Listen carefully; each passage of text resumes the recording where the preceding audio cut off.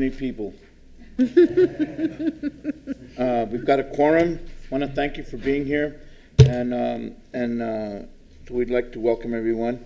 We need to adopt the agenda. Do I have a motion? So moved. Second. All right. All those in favor? Aye. Aye. No one's opposed. Thank you. So we're going to go with public comment first. Yes. Public comment? Yes. Right now? Yes, sir. Yes. Super. You're up, Barney. You're up. All right, well, I'm here. My name is Barney McGrath. I teach. Sit there so Go you. ahead on the mic. All right, I teach. My name is Barney McGrath, Bernard McGrath. I teach astronomy in the science department. I've been here for 5 years. I'm sorry we've never met before. But the reason I came tonight was to thank you for supporting moving the Southeast Connector Road from its original planned state to where I understand it's going to be now, which is sort of on the border of the college. And to show my appreciation, I wanted to give you these cards because you protected this site. You protected this view for everybody. Now it will no longer. Did you take the photograph? Yes. Okay, great. I took the photograph out there. And what I have here is a picture of the deck that is out there, and if you walk out there, you can see it. Good. And I wanted to thank you for protecting this area. Thank you. Because I think this has a lot of Oh, yeah. promise for future development. And I understood that you guys helped get the road moved. Thank you, Barney. Yep. That's my comment. Mr. Chair. Yes. Okay. Mr. Chair. Pablo? These are beautiful photographs. Oh, thank you. What are they worth? You could buy those at the bookstore. They're Okay. in the bookstore. I have a display there. I've worked with Luann the last couple of years, and they're worth about $5 a piece. Okay. I don't know if we're bound by, But I make them. I know, but I don't know if we're bound by gifts of how much they're worth, but these are beautiful. Thank you so much. You're welcome. Yeah, and Mr. Chair, I know we normally don't make comments during public comments, but I want to take a little prerogative. I wanted to point out, for those of you who didn't know, the deck was built by the Youth Conservation Corps project a few summers ago, and they were really excited about it. I think some of us may have taken a tour out there at some point in time. And then, Barney, I just want to let you know, the road's location is not 100% final yet, but it looks to me like that and Henry, you can correct me, I think the proposed location now is even further east than our boundary. yes. So- It's called the H. And so it's not even our boundary, it's even further east from our boundary, which is good and bad. But it would have cut into the deck, right? Well, it was 100 feet from the deck, so that picture of the deck right now is looking east, and if the road was there, you'd be seeing car headlights right past the deck, 100 feet past the deck on the original configuration when I heard about it. So I went to 4 different meetings and gave comments to Henry and to the county, and got to know all of the players in that, and the 2 guys who work for the county, Carlos and the engineer guy, can't remember his name. They were really nice, and I'm really glad they held the hearings the way they did, right? Because people had plenty of chance to comment, and so I thought they did it the right way, and I thought they came up with the right result. Good. Thank you, Barney. All right, you're welcome. So much. Enjoy class. Thanks. All right, we would like to have approval of the consent agenda, and the minutes from the regular board meeting from November 18th are in here. Do I have a motion? So moved. Second. Okay. Any comments? I should have said comments the last time. Any comments? All those in favor? Aye. Aye. Anyone opposed? Okay, the motion passes. There's no action items to remove from the agenda. So, are we waiting for Rebecca or is she here? She's just walking in, but let's go to Henry first. Okay, Henry, you're on. Higher education first.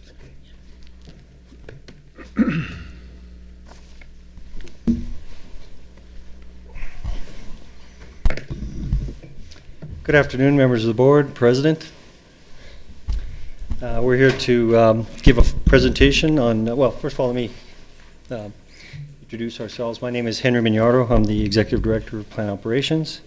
Go ahead, Alex. I'm Alex Olorzano, Project Manager for POM. So, hello, welcome this afternoon. We're here to present the, for the Governing Board, the Higher Education Learning Center Governing Board. We're here to present the HEC construction project and a final budget summary. So if we could have the first, go ahead, the first slide. So just to give you some current photos of our, of the current, the actual facility and its current status. There's a picture of the building with the newly reworked handicap parking spaces. To the right is a photo of the Collaborative Learning Lab, fully furnished. And on the bottom is a close-up of those reworked handicap spaces. And then the bottom right there is a photo of the new sign on Seringa Road, and that sign is obviously up and is drawing a lot of attention now. Henry, they were reworked because they weren't sufficient the first time, or? There was an oversight from the architectural engineering firm, DPS. When they designed the project, they designed the entire parking lot at a 6% slope. And after the project was completed, the final inspection determined that the handicap should only have a 4% slope. So we had to alter the handicap spaces to a 4% slope from that 6% original grade. That was an oversight from the architectural engineer, and they actually covered the expenses. Thank you. And that was done over spring break, so we didn't impact college or the classes and courses. And this is Pablo? Henry, on the sign, is that piece, is that going to be landscaped around the sign? No, that land is actually right-of-way land that belongs to the state, and we're actually leasing that space for a very minimal fee. But we're just leasing that space. We don't have any control over the landscape or anything. Thank you. It's important to have a sign there. I've seen it, and yeah, I think it's important. Yeah. We would have put it on the other side of the street, which would be the normal place, but there was a utility box there that would have blocked the view. Yeah. We put it on the other side. Yeah, we actually put it on the west side of the street. The east side, as Randy mentions, which would be just east of that, would have been interrupted by all kinds of signs and telephone poles and so forth and so on. On the next page, I have a number of them. I won't go through them all, but these are a list of some of the objectives and some of the project highlights that Alex, myself, has come up with. We also talked to the contractors and the architectural engineers, and they also came up with some of these. And so these are really some of the highlights of the project. The second one down, the project actually created over 100 jobs, averaging 50 positions working for a year. So obviously created a number of jobs in the local community.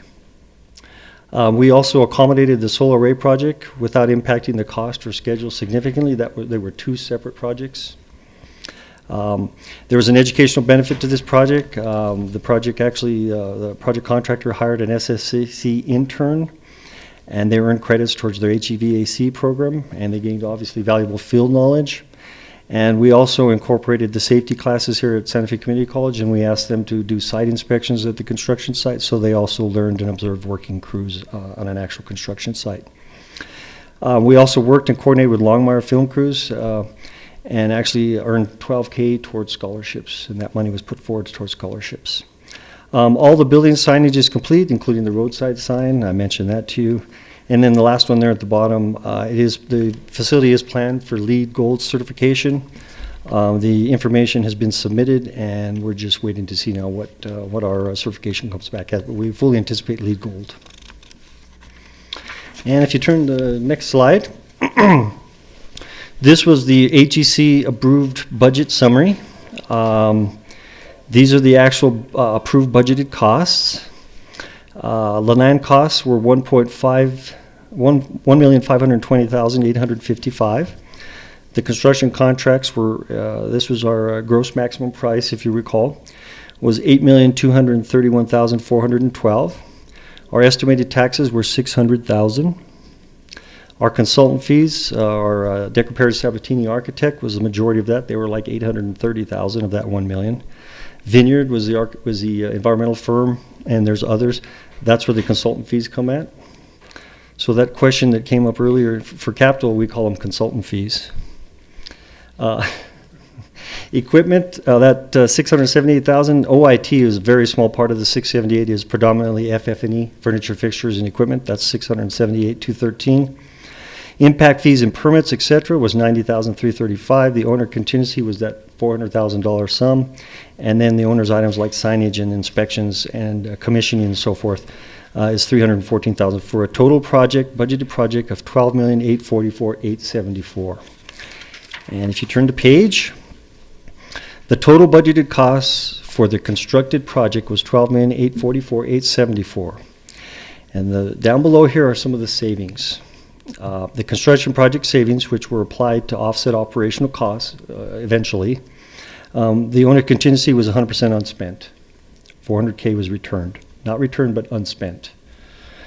Unspent CMR contingency, the contractor management at risk contract, they unspent $36,666 and will be receiving a check for that amount returned back to the owner.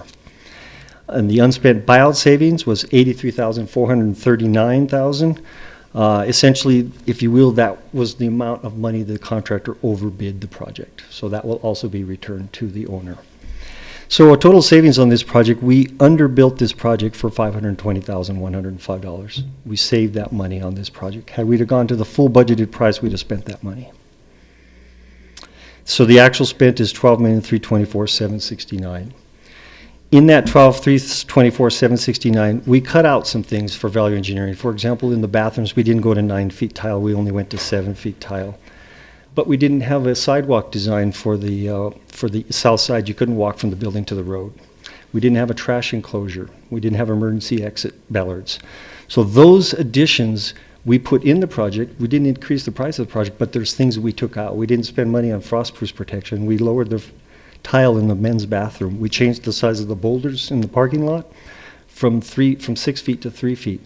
All of those saved us money and afforded us those beneficial attributes to the building, and those are on the last page. So all said and done, the project was built under budget and was built 2 weeks ahead of schedule. And we have a fully occupied building at this point. And the next goal now is to obviously strengthen our student membership and participation there and increase our revenues and turn that into a profitable venture. Question. If like any new building, is there a guarantee for the next year in case you find stuff that you can go back to the contractor? And Absolutely, yes. We have a 5-year maintenance agreement on the photovoltaic solar array. So for 5 years, they will maintain the entire system. We have a 1-year warranty on anything in the building. So for 1 year, everything will be covered by the contractor. We have a 20-year warranty on the roof. So for 20 years, the roof is completely covered. did we have to pay for the handicap redo? We did not have to pay for the handicap redo. The contractor and the architectural firm split it. Armin? And the solar array has warranty. Some of the items of the solar array have a warranty for 25 years as well. Cool.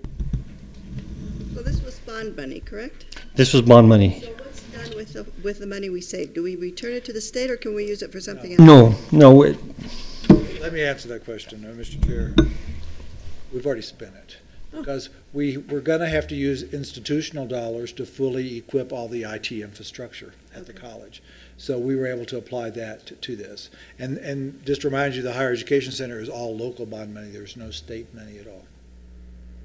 So for IT on this campus No, at the Higher Education Center. or over there? Right. You may remember that when the final plans were approved for the Higher Education Center back in 2013, the plans were $1 million more than there was in the bond money. Right. And the assumption was made we would find money out of operational dollars for especially the IT infrastructure, but some of the potential furniture, fixture, and equipment. We really were able to narrow that down, and if I remember correctly, we ended up being about $700,000 over the budget, 500,000 of which is now being covered by the savings. So instead of the college being out that much in operating dollars, it saved us operating dollars. Thank you. Yeah. Thank you. Well, I think that's Good job. How about security?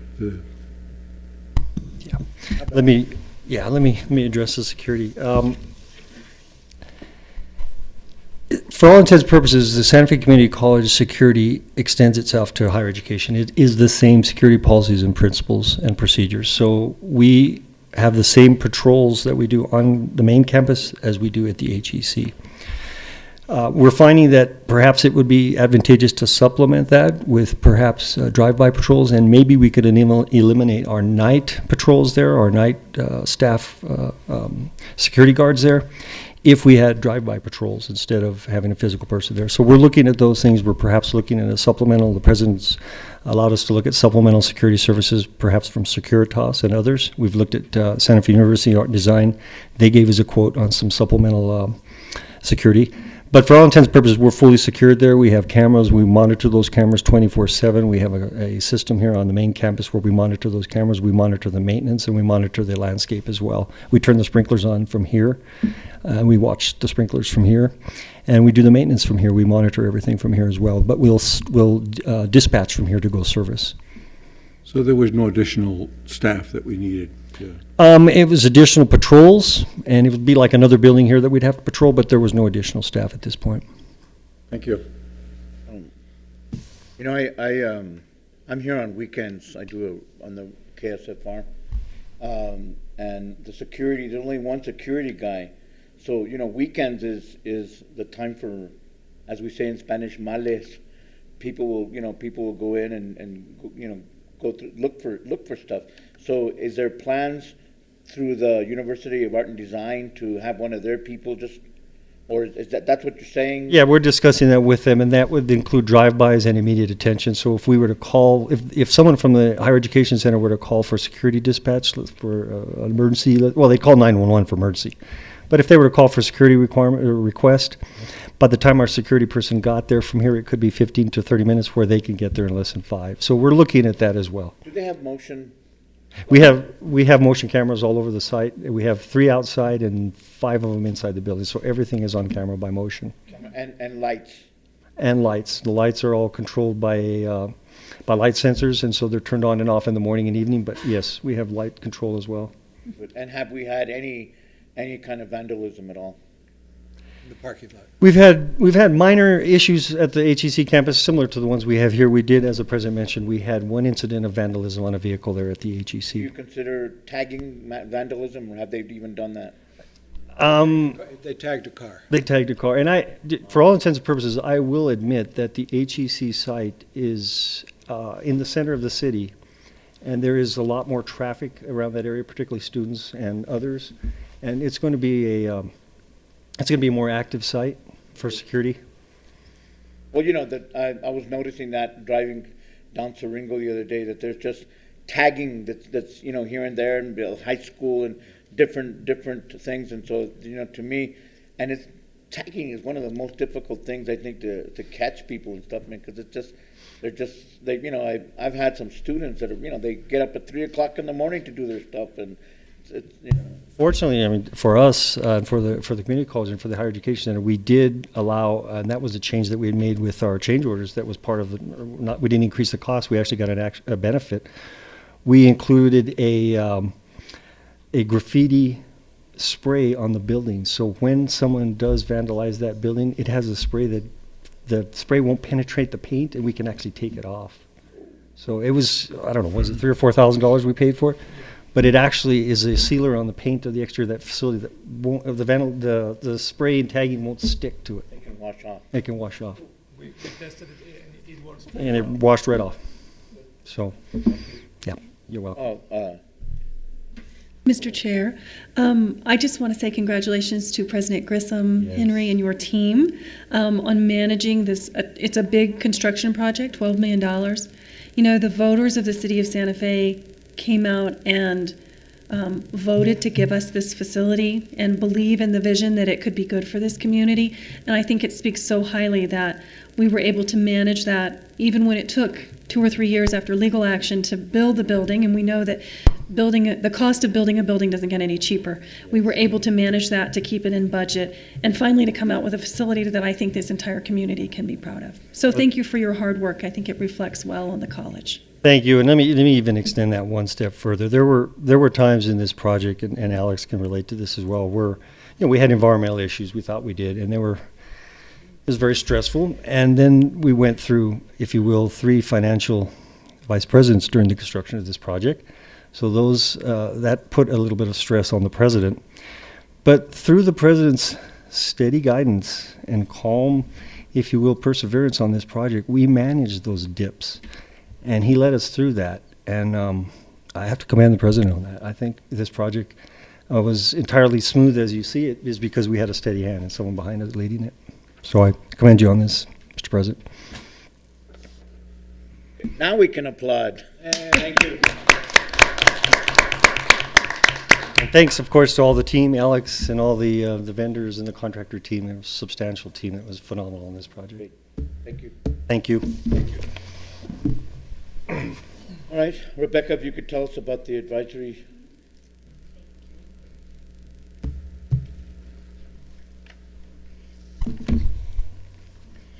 Chair Beta, members of the board, President Grissom. So what you have in your packet today is the initial draft list of who we're looking at inviting to sit on the HEC Advisory Committee. Per the resolution that this governing board passed, the HLC board passed, and per the directions we received in March and May of 2014, this list is not supposed to exceed 30 individuals, and we're trying to get a good compilation and representation of business voices, community service voices, secondary school, economic development, workforce development, voices in different lenses at the table. So this is the list that we have at this point. You'll see it includes people from Santa Fe Public Schools, areas like Big Brothers Big Sisters, New Mexico Film Office. We have some community members who are very interested and invested and who've shown interest in serving on this board. So again, per the resolution, you will approve the membership of this HEC Advisory Committee. So I am bringing it to you. We do have a couple of questions. We have 2 individuals from the Regional Development Corporation who are good candidates. Obviously, we don't want too many from one area on the board, so we will probably want to have a longer conversation about which of those 2 individuals makes the most sense. It is only about 25 people, which means you do have the opportunity to grow into the 30, should we find that there are other people we need to get at the table. But this is the preliminary list for your feedback, and we can move from there. There was, I guess I should add, there was an initial email that was sent out to most of the individuals on this list to get feedback regarding their ability to serve and if they couldn't, who could sit in their place. And we got an amazing amount of positive feedback regarding not only those who were enthusiastic to serve and help set the direction for the HEC moving forward, but also those who showed regret when they couldn't serve but gave us really good names to stand in their place. Randy? A couple things. It's not an action item for this meeting because we didn't put it on as an action item, but we could have discussions offline and try to approve it at the next meeting if possible. I also want to point out that since the 2 RDC names, if I'm not mistaken, one of them is leaving the RDC, so there is no longer a conflict. I'll tell you who it is afterwards. Okay. Maybe I missed it. City of Santa Fe is not on here. We have right now Peter Gallagher seems to be the City of Santa Fe name that was given to us to represent the City of Santa Fe. I do not have his official title on here yet because it was late in coming. We had a couple of different candidates and there was discussion. The president actually had discussion with the chief of staff, the mayor's chief of staff, I believe, to This identify. recommendation came actually from the city manager and the mayor's office. Yeah. So it's the second gray bar there. He's either the head of HR or the training director. We're not sure which. Pablo? So how about Randy Randall? He's city. He's in there. He's on. Yeah, I know he's city, but somebody asked if there was no one from the city. Oh, no, I'm sorry. And we were thinking of Randy Randall. He's sort of the tourism voice. That's So right. we were thinking of him in a sort of different light. But yes, he again is one who's given us very positive feedback. Oh, good. But we are really looking at him to talk about tourism and the possibility of bringing partners from other places. Okay. Martha? And notice there are none of the university partners representatives. I assume that you have an advisory committee that looks at that, but I'm wondering if it would be advisable to have a representative or two from this group. Yes, and I'm sorry, I didn't put that on here. We are planning on having an ex officio member who serves from, that was the discussion that we had internally. Of course, we can certainly change that. But the initial discussion that we had was that there would be an ex officio member of the HEC Advisory Committee, and they would more than likely rotate out. And the resolution does have plans that allow for there to be rotation from these members. And so we will be meeting the first time April 15th, the partners again, since the move, to have the opportunity to set some direction, pick who that ex officio representative will be. But again, if we're looking at wanting them to be voting as opposed to ex officio, that's certainly a discussion we can have. So what was your rationale for having them be ex officio? I think that because we were looking at really wanting this advisory committee to be able to give us, we have this really strong group of representation regarding our actual, from our actual partners that we meet pretty regularly. So we were really looking at this group as sort of bringing those external things that maybe we're not thinking about every day and helping to move us kind of in that direction with recommendations that, of course, they would have. Again, it was a very quick conversation. I'm not sure it's one that we couldn't be talked out of. I think it might be useful for you internally to have that conversation about whether that should be a voting member. I'm not understanding why that would be an ex officio. But you might think about that. Kathy, did you have? Kathy? Yeah, a quick comment, sorry, when I'm not sneezing. I don't see on here anyone from the Santa Fe Chamber of Commerce. I know we have the Hispano Chamber, but I didn't see. We actually asked Simon Brackley initially. He was unable to serve because of his very, he's got a book schedule. So he actually suggested Carlos Dunno. Good, and so Carlos is the head of there. They have a subcommittee that deals only with education, which is probably a really important connection to make between the chamber, and I think Carlos may be chairing that. I can double check that. If we feel like we need to look at someone else, we can do that. Mr. Chair and Rebecca, what I would do is I would change, since he's going to represent the chamber, I would put his company's name as well as Santa Fe Chamber over there. Okay. Because he's really there because he's representing the chamber. Yeah. Okay. And he'll do a great job at that.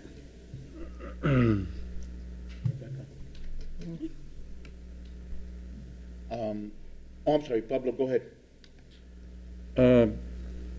Was Gilbert Vigil with the 8 Northern Indian Pueblos approached personally, or the chair of the Northern 8? His name was given to us. We haven't actually had that's one of the reasons. And I should clarify, those that are highlighted are those we haven't had a chance to approach personally yet, while the others we have had the opportunity to. So we actually haven't had the opportunity to approach him yet. It was a name that was given to us after we made some inquiries from our Pueblo partners. Question? Yes.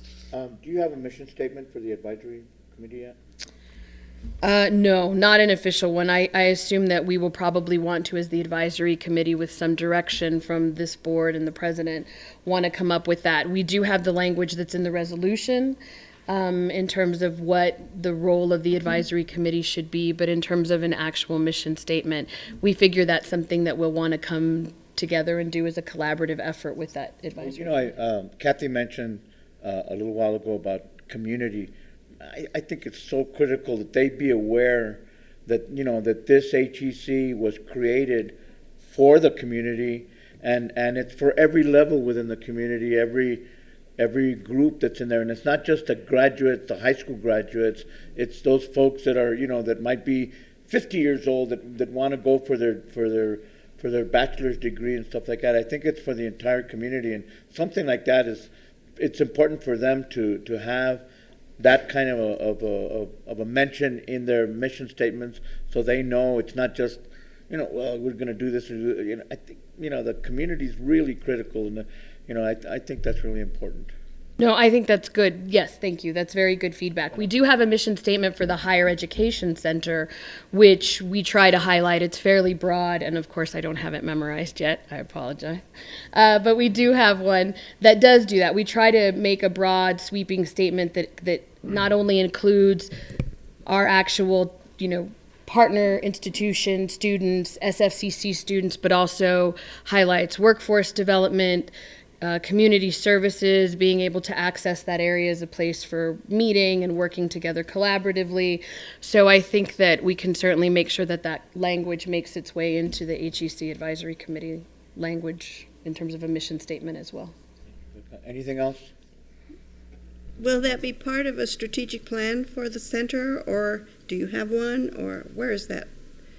As far as I know, we do not yet have a strategic plan for the center. We have some goals that we have set. We have some 5-year goals that have been set.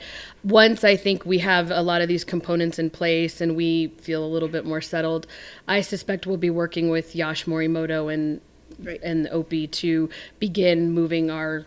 There are components of the HEC that are in the existing strategic plan, but in terms of having a very focused HEC strategic plan, we just haven't gotten that far yet. I suspect it's coming. Great. Randy? Mr. Chair and Member Romero, I think just like we've been doing departmental strategic plans, I think we will do one complete. There are components of especially of our KPIs that relate to the HEC, but I think that they do need their own strategic plan.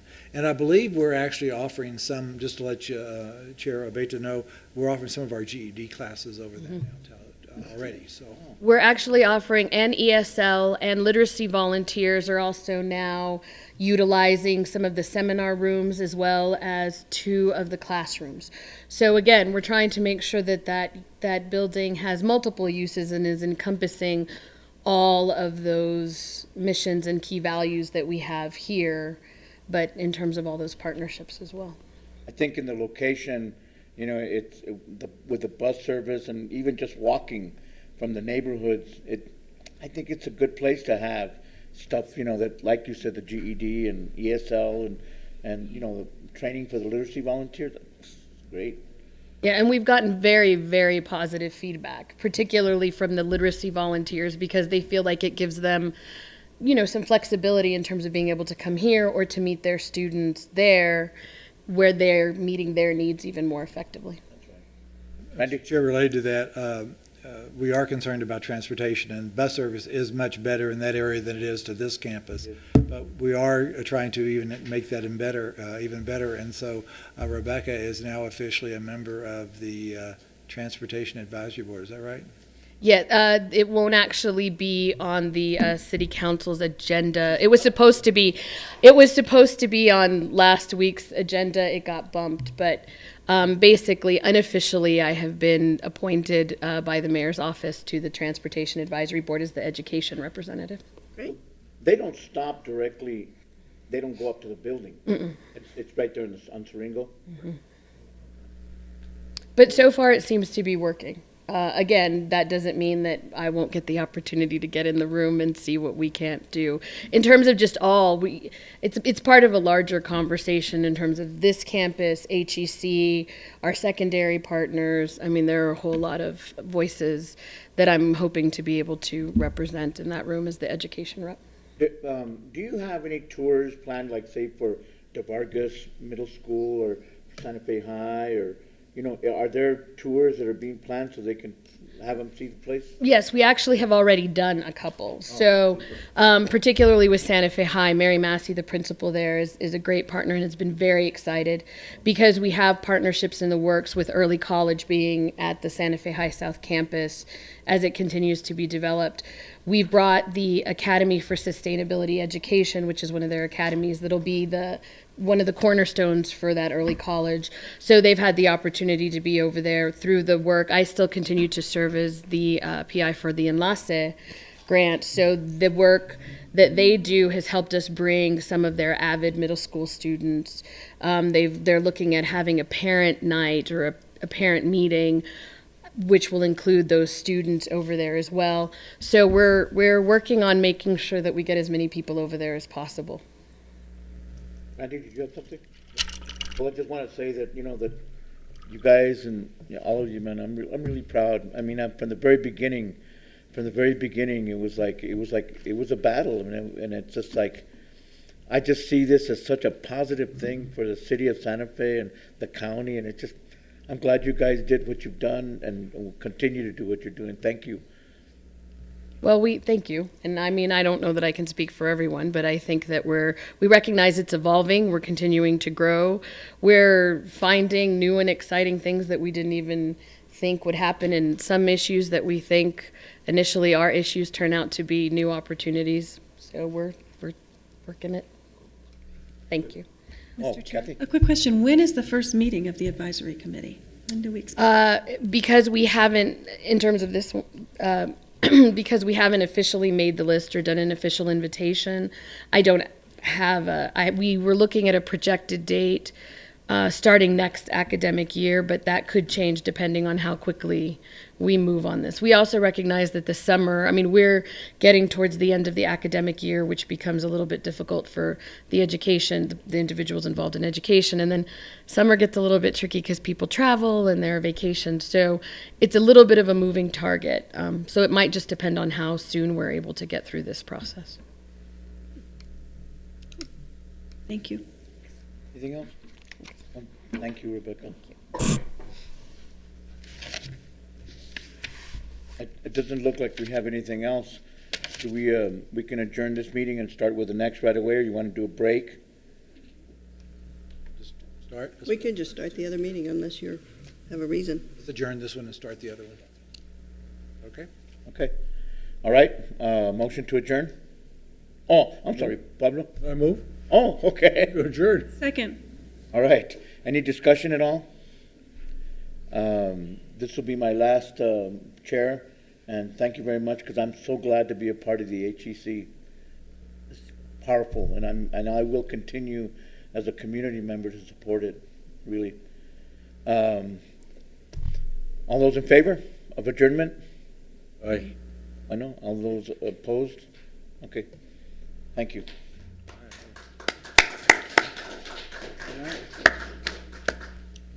Okay. So we'll move into the regular board meeting. Chairwoman Siegel is not here this evening, and so I get the privilege of welcoming you all, and I'm glad you're here. And we've got some interesting things to go through. So we will get started with the adoption of the agenda. Yes. Madam Chair, we have a couple of changes to the agenda. Okay. One is, I don't know if there are any, but we wanted to move the public comments up, and starting next month, we're going to have public comments come after adoption of the agenda. Great. And then also under tab C, 7B, policy 1-31, we want to remove that from the agenda. It'll be reconsidered after the board retreat has happened. So is there a motion to accept the agenda with the suggested revisions? Second. Any discussion? All those in favor? Aye. Aye. Okay, opposed? All right, so we will move to public comment first. Do you have any?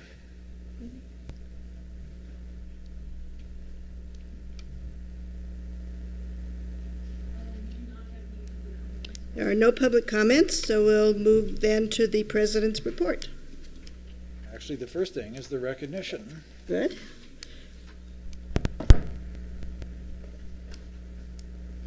We have a retiring board member who has served this community college very well, and has been, what, you have had two terms?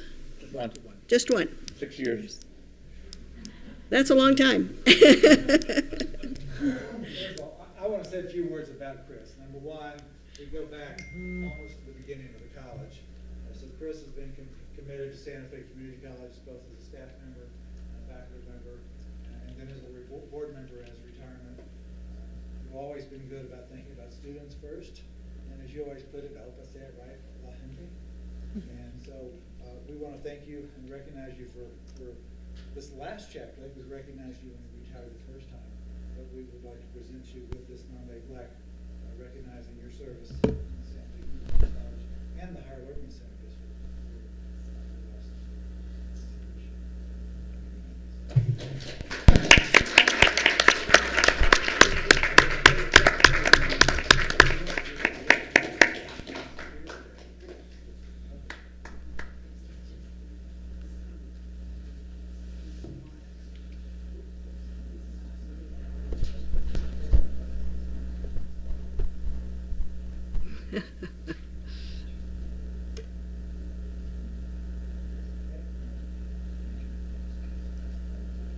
President, Madam Chair, Mhm. I'd like to take a group picture as well as the president with group picture.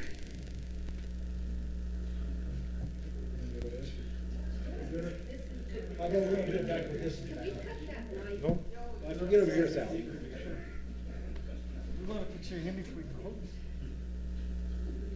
There we go. It's better. How's that? It's better. All right. You need, so we have to get pictures of you. Is that too cold for you? No, that's fine. Good. Are you using your flash? Is it flashing? No. No. It didn't flash. 2, 3. There you go. iPhone will have the best picture. Yeah. Right? Yeah, Can I take probably. close my eyes? Wait. Ready?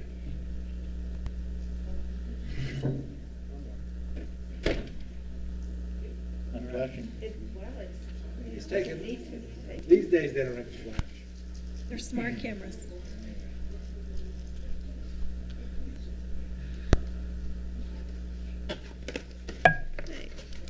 So, Madam Chair, Yes. are you going to say a few words? I want to say Okay, something. all right. I didn't know if we were going to go before or after.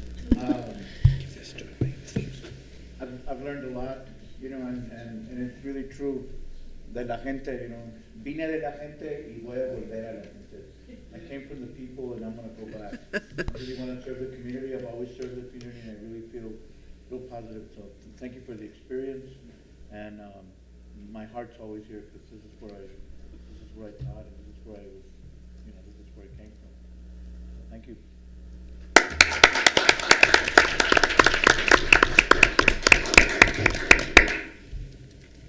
Madam Chair, I just wanted to thank Member Abeta for his service to Santa Fe Community College. And in my short time, we haven't served together for a long time. You know, I'm thankful for your passion for the people of Santa Fe and constituency groups who there's never been a doubt in my mind that you care very, very deeply about and have represented well in this board, including veterans, ABE, you know, underserved populations, that you always remind us and have done a good job of reminding us of the importance of what the actions that we take and the impact on the students of this college in the community. So thank you for that. I too would like to thank you for your long service to the college because it goes beyond being a board member. You have been a part of this community for such a long time, and I hope that you will continue to be a part of this community because you have served this community well. You have served your community, our community well. You've served the students well. You've served the veterans well. And I know we are all thankful for that. And we'll miss the reminders that you give us at every meeting about putting students first. Madam Chair.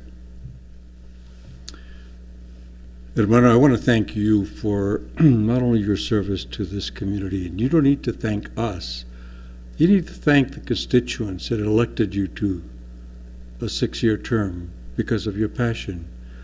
I also want to thank you for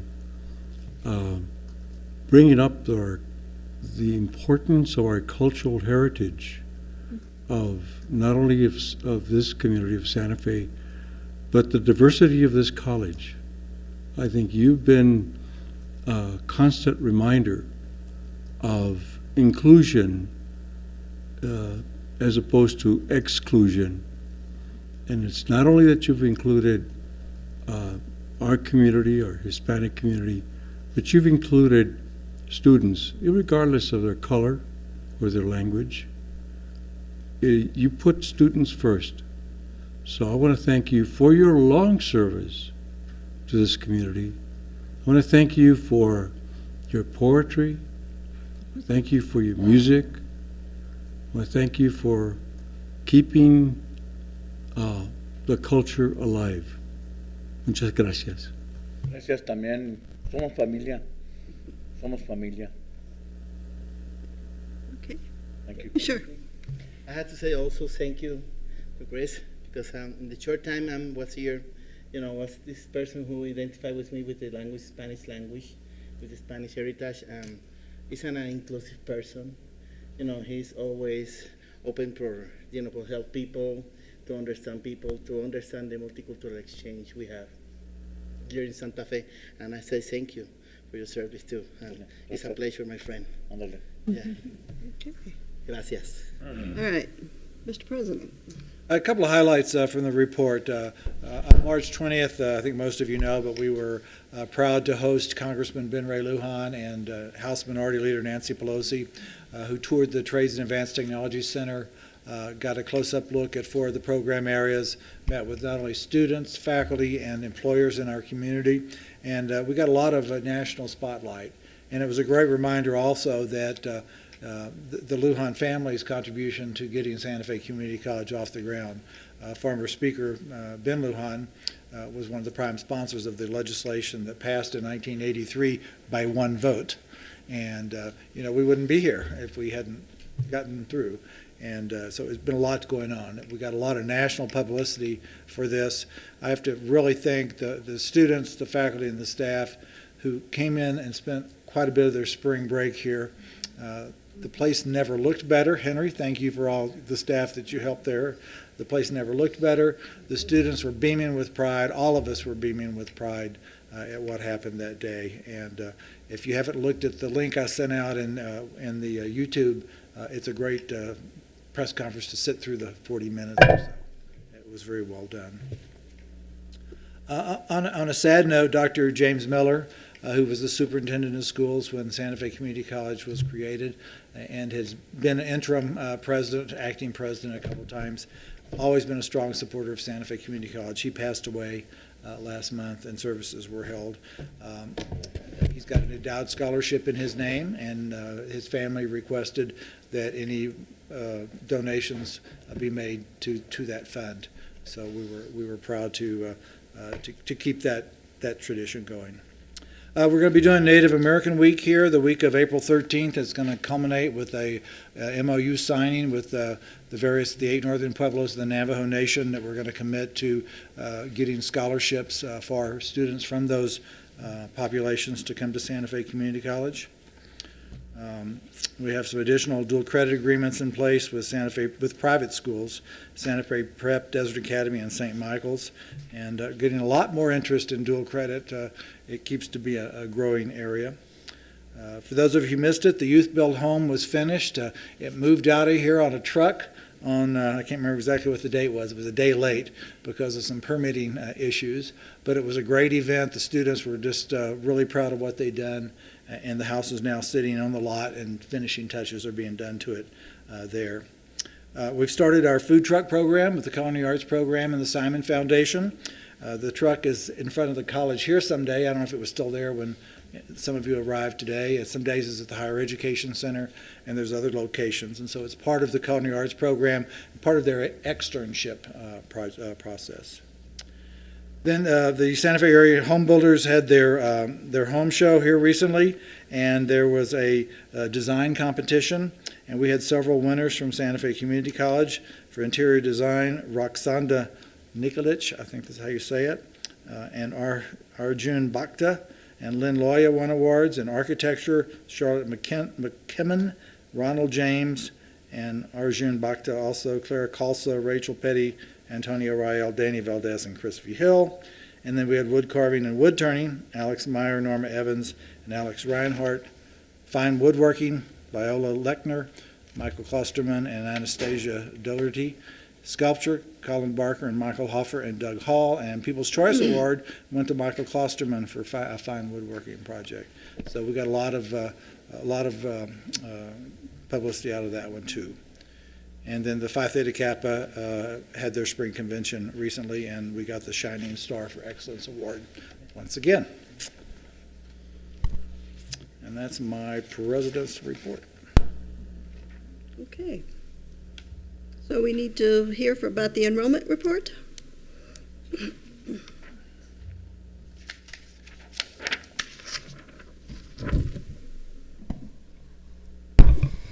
Madam Chair, members of the board, and President Grissom, do they have the latest? Okay. So as you can see, just even from 1 week, we've improved, but we still need to register some dual credit students. They should be all registered by the end of this week. And we also have some short courses that are not in there yet. So I think that by the time it all comes together, that we will be flat in head count and we'll be about 8% in student credit hours down. And I might tell you a few things that we're planning to do to try and get in our enrollment up. So now we'll be sending letters to parents of high school graduates to let them know about educational opportunities here at Santa Fe Community College and to consider their students get a jump start. I mean, they might be going to UNM or NMSU or somewhere, or Harvard, but they could start taking classes here. We will highlight the cost savings and affordable tuition at Santa Fe Community College. It's an accredited college in which the credits will transfer, and there's small personal classes available. We are in the process of implementing Banner, the recruiting module, so that for the upcoming year, it'll allow us to have better data regarding yield rates for prospects, admits, and enrolled students. And we'll be better able to send out targeted messages. And we had that in my prior institution, and it was really, it was great. We are in the process of contacting, well, not in the process, we're in the process of collecting names of stopouts, those that left 2 to 3 years ago, to see if we can bring them back in, and probably looking at students that had 40 credit hours or more. And I know that Deborah Bolt is also working with someone to develop some scholarships for those students who've stopped out and are coming back and may not have the money to continue school. And we're developing a high school counselor database, and we'll begin communicating regularly with high schools in about the 70-mile region. And we're working with Santa Fe Community College departments to identify selected faculty to develop a faculty presentation outreach program. It's really powerful when faculty go out to schools, and we used to have this chemistry professor who's now the provost at NMSU, but he used to go out and do these explosions and stuff, and all these kids would apply to NMSU and go into chemistry. But so we want to develop some of that, some of the star faculty that can really engage students. And we want to develop a parent visiting program to supplement the student tour programs already available. And as Randy said earlier, that we are doing the Native American Week, and it's to reach out to Native Americans in this area. So we really want to start bringing in, and we have, with the Santa Fe Indian School coming here doing dual credit, we're hoping that some of those students will stay. So that's it. Questions? Madam Chair, just to let you know, on the week of the 13th, we plan to have the Pueblo Governor's Luncheon and MOU signing on Friday the 17th at 11:30. Okay. Kathy, did you have a comment? I did. So first of all, thank you for your reports and giving us information about what our incoming students look like. That's really important to see that flow of what students are coming in. A challenge that probably the broader board will have to discuss, but from my point of view, of something that I would love to see us talk about moving forward is the success rates for those students who enroll. So we know how many enrolled. What we don't know is how many succeeded in those courses with a grade of C or better, which I think is really important when we talk about student success. So we could definitely do a retention report Okay. along with the enrollment report. Thank you. Comments or questions? Yeah, I was going to talk about the retention report. I just happened to run into two faculty members on my way in today who talked about the number of students who have dropped out at this point. And I think it's important that in addition to enrollment, we began to look at the dropout rate, and we began to study what programs are they dropping out from, because I don't think we can have much success if we don't. Yes, it is important that we bring new students in, but it's also important that we keep the students that we have, and we don't get that information. So I would really like to see present that kind of information to us. And I might be doing that with Yash. Sure. What was I going to say? I was going to say something about Retention? Yeah. Well, the high school enrollment, I mean, we really have to go after retention and graduation, and we have a graduation task force that's working closely on that. So we're doing some of those things. But the high school graduation, I mean, the high school students that are going to be coming here are going down all over the country. So we do have to look at different ways to bring in different kinds of populations, not just high school graduates. And we're working on recruiting veterans. Greg's working on a plan, so we're working on some different areas besides just high school graduates. Yeah, all of those things are important, but equally important is that we understand where do our students drop off, and then to study what causes that. Why are the students dropping off, and what can we do to shore that up? And we know some of that. Some of that is, I think the main reason is financial. But why are they dropping out after midterms? That's an important question to ask. Yeah, well, we'll ask that. Thank you. Yes. A couple of things. I've been asked to get on the City of Santa Fe Veterans Advisory Committee, Good. and I'd really like to see if maybe we can meet with you, because veterans, we have the Veterans Center here, but each veteran is an individual, and the reason I know that a lot of veterans drop out is because there's so many other things happening. It's not just academic. Right. There's a whole bunch of other things that are going on, and I don't think it's that much different for a lot of local people also that are not veterans, that are the poor. I mean, I've been there. Poor people have, you have bills and you've got things that, and we've got to be understanding of that. And if sometimes it doesn't work, and they come, maybe the thing is to try and get them to come back and stuff. So, I know that it's not just academic, that there's, and if we still have counselors available or something like that, those things are real critical. Remember, we have issues. I know with veterans, I'm sure you've all heard the statistics. 22 veterans a day say they commit suicide. And it's like, what? I don't think there are a lot of local community people that have those kind of problems, and so I don't know how deeply we're able to have counseling for many students, and cohorts that we continually be into. The AVID program, they say it's so successful. It's successful because they've got 5 or 6 people to one student. This counselor, that advisor, that tutor, it's amazing. So I don't know if it's something that we have that's available to us, but I think it's important. Madam Chair, Member Abeta, tomorrow the mayor is coming to meet with the veterans at 11, if you'd like to come. And now I haven't heard back. We're going to check with him tomorrow to make sure he's coming, because sometimes he doesn't make his appointments.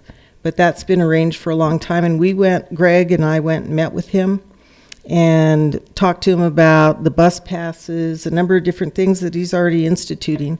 And Greg has also applied for that. He asked him to apply for that Veterans Task Force. The lady that I talked to with the city, I said, well, is this just going to be a pretty picture? She said, no, we've got funding. We've got funding for that. And I said, well, that's great, because that's what's going to help, with the bus passes or with whatever's needed, maybe a thing for buying books. I don't know. Well, they also did a thing for passes, or cheaper passes to get to the fitness centers, because that was one of the things that Greg said. You're in the military and you're very physical, and then you get out and you don't have anything, and it's expensive to pay those membership fees. So he has, he's bringing it before the council to see if they will give the same price as they do for senior citizens, which I think is $2 or $2.50. So that was good. So the mayor is way behind it. Thank you. And I also want to say that I've appreciated you and appreciated your passion for the students and veterans, and it's been enjoyable working with you. Anything else? Yes. Madam Chair, I just want to let you know, I'm going to put on the agenda for a near future meeting, an update that we'll have Dr. Gonzalez and Yash and others involved in related to the retention and some of these issues. I don't think we'll be able to do it in the April meeting because of the budget. And I'm probably not going to want to do it in the May meeting, because we're putting all hands on deck to finish up our self-study accreditation, which is due at the end of May. So we'll have it either in May or June. But we'll get that on the agenda. Thank you. Pablo? Madam Chair, I just want to encourage you, Dr. Gonzalez, to continue to work on that dual credit. I think that's very important. I think that might be the linchpin that will get that student to realize the importance of college and the discipline, and maybe go on to a further degree. So I think it's very important. I agree, and Rebecca Estrada's doing a great job with that. Thank you. Thank you. All right, we'll move to the Employee of the Month. The first up is the Pass It Forward Award, and Megan McGarity nominated Greg Scargill, and neither one of them are here. They were not able to be here. Greg's children are on spring break and they're traveling, but he sent me a statement to read to you. He said, "I was very surprised and humbled to be recognized by one of my peers. Being a newer employee, it never crossed my mind that my work would be deserving of such recognition. However, in the spirit of the award, I immediately started thinking of who could I recognize for their hard work and commitment toward helping students succeed here at SFCC. I am very thankful for the tremendous amount of support I have received since taking the Veterans Resource Specialist position. Without the team mentality here at SFCC, any success credited towards myself would not be possible without the support of so many others. In closing, I want to thank Chris Abeta, who has laid a foundation for future veterans to have a welcoming and supportive experience while attending SFCC. Thank you for your service." And the Wildgram, and we have Michelle Hesbrook, who's a retired dean and faculty member who nominated Christina Rohel. Do you have the Wildgram? I mean, I can definitely say how much I love you and say all the great things that I wrote in the Wildgram, without us having to share that. But we have it.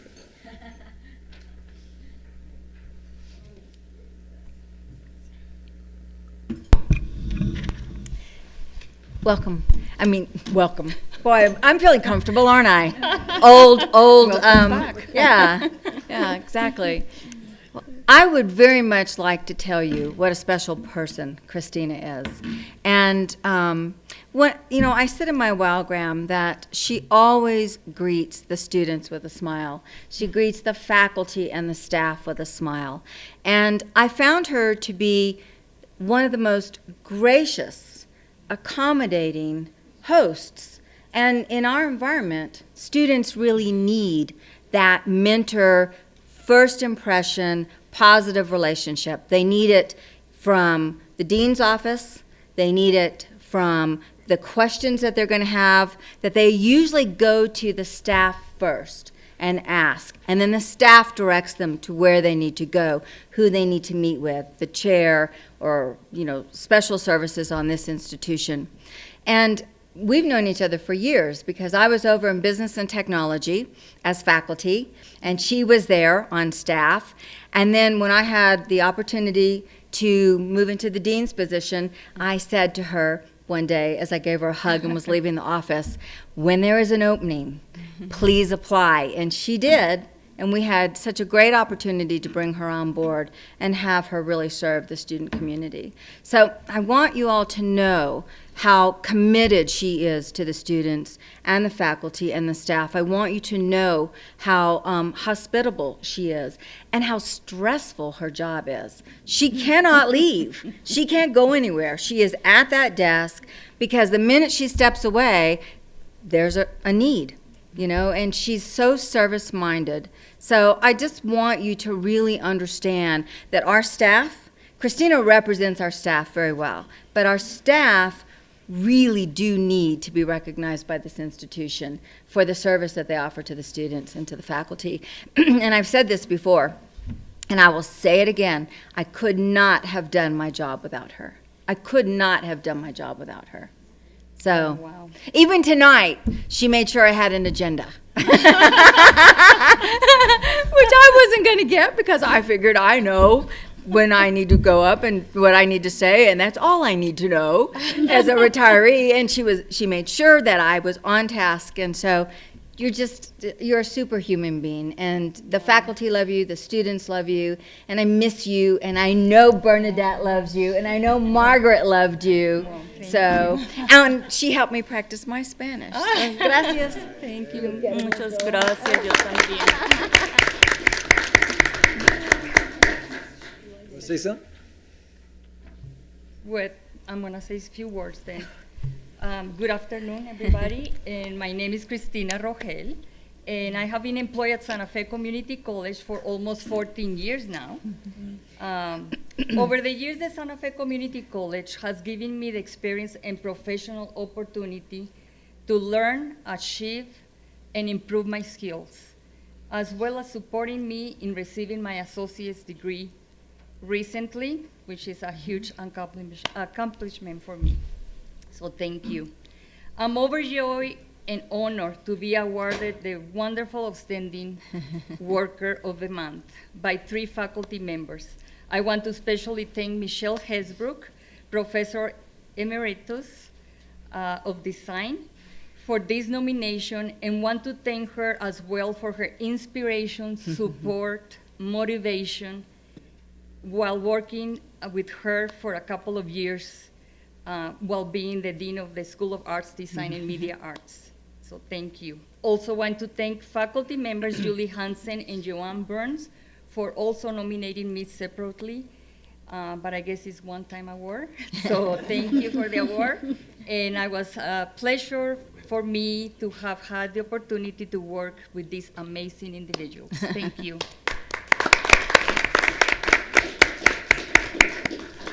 Question. Comment?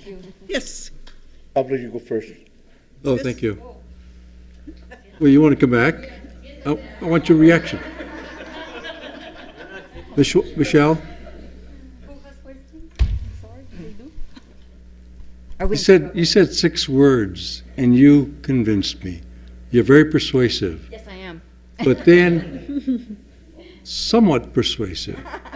But then when I heard Cristina speak, that confirmed it. Confirmed her personality, her ability to really communicate well with students, and that's so important. And so thank you for your service to the community college, and I thank you for your continued service. Keep smiling, continue to give guidance to students, and I hope you learned a little bit of Spanish. Indeed, she's good. Thank you very much. Chris? Oh, Chris, ahorita. Hi, Chris. Ay, yo me acuerdo cuando comenzaste con el colegio y yo me acuerdo que eres parte de los estudiantes, eres parte del alma de los estudiantes y muchas gracias porque todavía tienes alma para los estudiantes. Gracias. Thank you very much. She's got the soul of the students, and she really does, because I remember her from developmental studies and how she just gave and gave. Gracias. De mi corazón. Are you Colombian? Thanks so much. I'm from Mexico, Sonora, Mexico. Mexico. Thank you. Thank you. All right. We're up to tab B, the Faculty Senate report.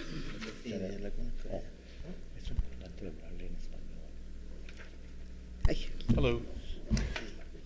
Mr. Chair, ladies and gentlemen, nice to see you. We've got two sets of minutes, I believe, in front of you of February the 13th. Just recovering some ground here. There was a conversation with Vice President Margaret Peters and Vice President Carmen Gonzalez speaking about opportunity for faculty and professional development for faculty and staff. I just want to reiterate how grateful we are for that opportunity. We realize it's not like an ongoing necessarily, but it's a really important dynamic, we believe, in the institutional and academic life of the college, that it's able to acknowledge or provide opportunity for its faculty and staff to be able to refresh themselves. And it's those experience and learning that returns back to the classroom and encouraged to try to find other ways to continue that. It's a way of investing in our students and our community that we believe it, in addition to that going to the people as recipients and staff and faculty, but it's also returned to the students and their educational experience at the college. There you'll see recorded some input by Faculty Senate with HR on several policies, essentially. And this doesn't reflect probably as accurately as it could the positive nature of that dialogue, I think. Would like to take an opportunity really to thank, acknowledge Rebecca Phillips, Sue Kyle, and also Mr. Daniel Gutierrez, is that the review of policies flowing through Faculty Senate have been a positive and formative process that's been, I think, very valuable.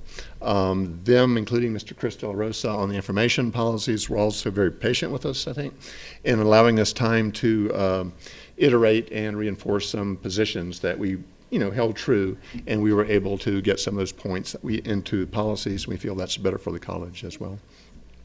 I think some members of the college community may underestimate how important working on the policies are. I actually kind of enjoy it because it's you're trying to create the world that you're living in, essentially, and how it affects the educational institution. And it's a very critical process, and it's been very positive. Hasn't made a lot of news really in that regard, but I think it's part of the shared governance process that has been proceeding diligently as it's supposed to, in informing the direction and voice that we take collectively as a college, and trying to inform the board and the president in that capacity. Make sure I'm covering things that I've got here. Let me know if there's anything in particular you seek clarity on. March 13th, President Grissom then was visited us within Faculty Senate, and you see this conversation detailed. Talking about hiring process, again, the shared governance process, policy, and essentially it was a good conversation. We were able to cover a lot of the same ground that we're speaking of on a regular basis. Any questions on any of those? Other questions? Yes. Madam Chair, I see here where we've been discussing the shared governance policy and done before September. I think that's any a typo. Reason why we're prolonging this? I think September there is actually a typo. The ambition and trajectory at this point, I think, is to get we're finished reviewing the next version of it, which can come back to the shared governance committee. Asking Mr. Wilson today, I think they're going to speak on it some forthwith. I think my understanding of the timing is to try to get a draft to the board next month. So, I also want to talk. Okay. Because, What is that? what I saw in the minutes was that it was, oh, maybe it'll be done by September. And I just want to say to you all that when the board makes a motion, that's a call to action. And that's not advisory. If we said we needed a policy by February, we needed a policy by February. Now, we brought us something that was kind of a position paper, and we talked about it in the work session. And at the end of that time, we said we hope to see a policy in March. That was expressed a little less strongly than the motion because we still felt like we were giving you an extra month. The fact that there's nothing on this agenda that has a shared governance policy, I think is not understanding the directive that the board gave, and the directive that the board gave to you through the president. So I just want to say to you that next month there will be on the agenda a shared policy, a shared governance policy. It will either be one that you bring forward, or it will be one that the board puts on the agenda itself. Okay. Because that's a very important thing, that we have the discipline when the board makes a decision to follow through. May I speak to that? Sure. My understanding from the work session of last time that we were on timeline? There was no policy that came forward. Well, the one that we put into was rejected summarily. It was not on the agenda. It was in the work session. So we had to go back to, again, we received an additional draft that the president presented to you at that meeting, and you agreed. And so we waited dutifully, and we have received that one. And we have had a faculty senate meeting then last Friday, which has formed process to input to that. We hope to see a policy for approval in April. Okay, thank you. Yeah, and you know, it has been a long process, and I don't think it's worth repeating here, but there were parts of the process that did not work as smoothly from faculty's perspective that I think it could have been furthered easily from another side of the house here. It's something we care deeply about, and I've been mentioning for 2 or 3 years, so I'm sure you understand my compassion and passion for that particular topic. And so do we. Shared governance is very important to this board. But so is the creation of a policy that we can all work under. Understand, yeah, we totally agree with that. Yeah. Thank you. Madam Chair, Yes. I just want to add, I think that this is certainly not admonishing you or the faculty, but the thing is that it's in your best interest, Yes. the faculty, it's in the best interest that you formulate a policy that is going to be workable. After all, shared governance is shared governance. We all know the meaning of that. And we want to be able to have something that we can look at that we can actually make it as policy.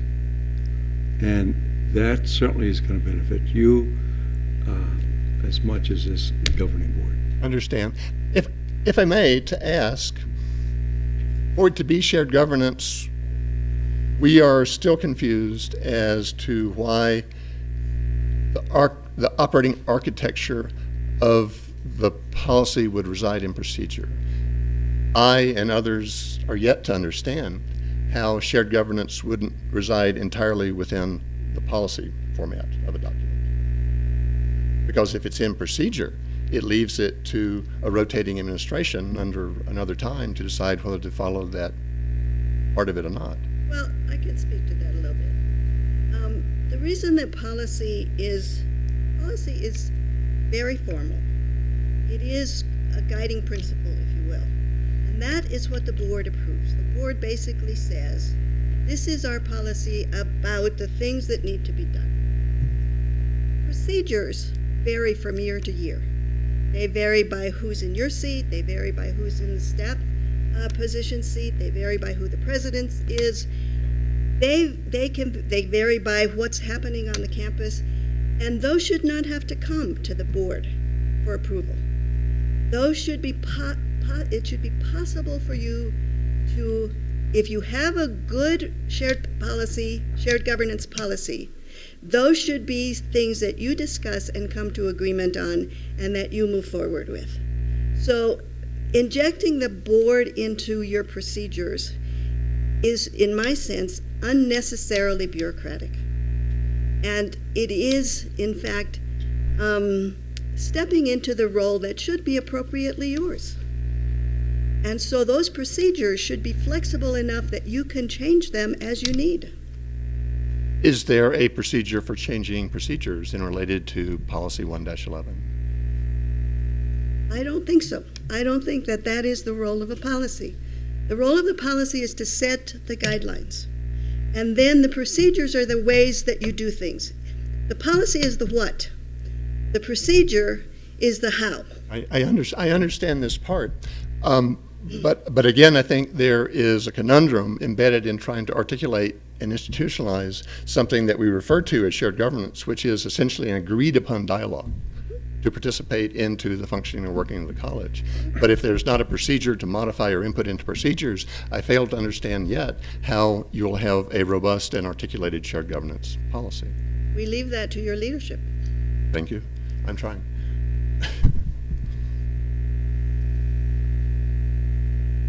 Anything else? Yes. I'll just add one thing. First of all, I want to thank Faculty Senate for inviting me last time. I went in thinking I'd be there for 30 minutes and had a 2-hour discussion that I thought was very, very positive and very, very beneficial. And I feel like we're moving forward. I think we do need a little bit of the encouragement to get to closure. But I do want to thank you. It was a great discussion. We didn't agree on everything, but we talked about just about everything we needed to talk about. Sure. So I'm looking forward to, I've not heard back the feedback from your meeting last Friday. Mm-hmm. I look forward to seeing that feedback. Mm-hmm. And debate and disagreement can be quite productive. Absolutely. And it doesn't mean that you're ever, completely going to agree, and that's okay. Mm-hmm. And that's another reason why embedding procedures in policy is not a good idea. But then I notice in some policies it's referred to as policy process. It is a policy process, but that's a process of the what, not of the how. Or should be. Yeah, and I don't remember the particular policy that I noticed that in. They seem to be procedural operating guidelines. Well, that's something that you can bring up. That we're on the topic. Sure. That's something that we've wrestled with and have yet to really find the convincing ring of clear clarity applied to that. All right. Right. Thank you. Yeah, thank you. I appreciate it. I understand that time has gone on, but we're not asleep on it. Good. We'll see you next month. Thank you. I'll be here.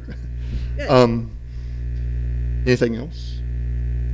Thank you. Okay, thank you. And again, just to recap, we did have a good conversation with President Grissom in faculty. And another item that continues to percolate itself into conversation is trying to initiate some method to acknowledge the adjunct faculty members of our educational community in an analogous format to the Faculty Excellent Acknowledgement of the Service Awards luncheon. We don't really yet have or found a methodology to deliver that in a way that constituency is finding meaningful. And so what that means is that these individuals, as members of our community, have a long-term trajectory relationship with this institution. They may not be working on continuous service, like semester to semester to semester to semester, but you may have people who have provided to the betterment of this institution and the community over the course of a decade or even two, and that discontinuity of linear service should not be perceived as a barrier to acknowledging that, I would propose. And then in recent conversation, it sounds like we may have the opportunity to input collaboratively into some process that would go forward to begin to address that it keeps coming up, and it's something I think the college should be, us collectively can find some way to benefit in forming that dialogue.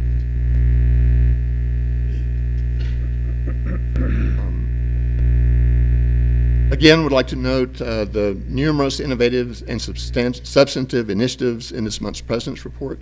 You can see a lot of programs that are finding traction that contribute to the positive environment for the college and community. Native American Week, Dual Credit, Youth Build, and the food truck are all like innovations. We're glad to see them. Also, the idea of sending faculty to meet with potential students in the community is something that we had practiced in previous iterations of the college. And I think it's very valuable that the initial relationship between the student and the faculty member is something that really sets a high watermark, often in students' experience or positive relationship to the educational process itself. And I think it's a very valuable role for faculty to fulfill into. Again, would like to acknowledge Rebecca Phillips, Sue Kyle, and Daniel Gutierrez. Their acknowledgement got caught in this other conversation a little bit, but that the dialogue that we've been able to form in there has been very positive, I think, for the college, and we've been able to, I think, contribute to building better policies for the college. And also want to thank Chris Del Rosa in that capacity. I've really enjoyed working with him over this time here. You know, good luck to you in California. It's a great state. And Chris Abeta, thanks again for everything. I've known you all my years of service here, and it's just been a great honor to have worked with you, and look forward to seeing you onward. Any further questions? Thank you. Thank you. Yep, thank you.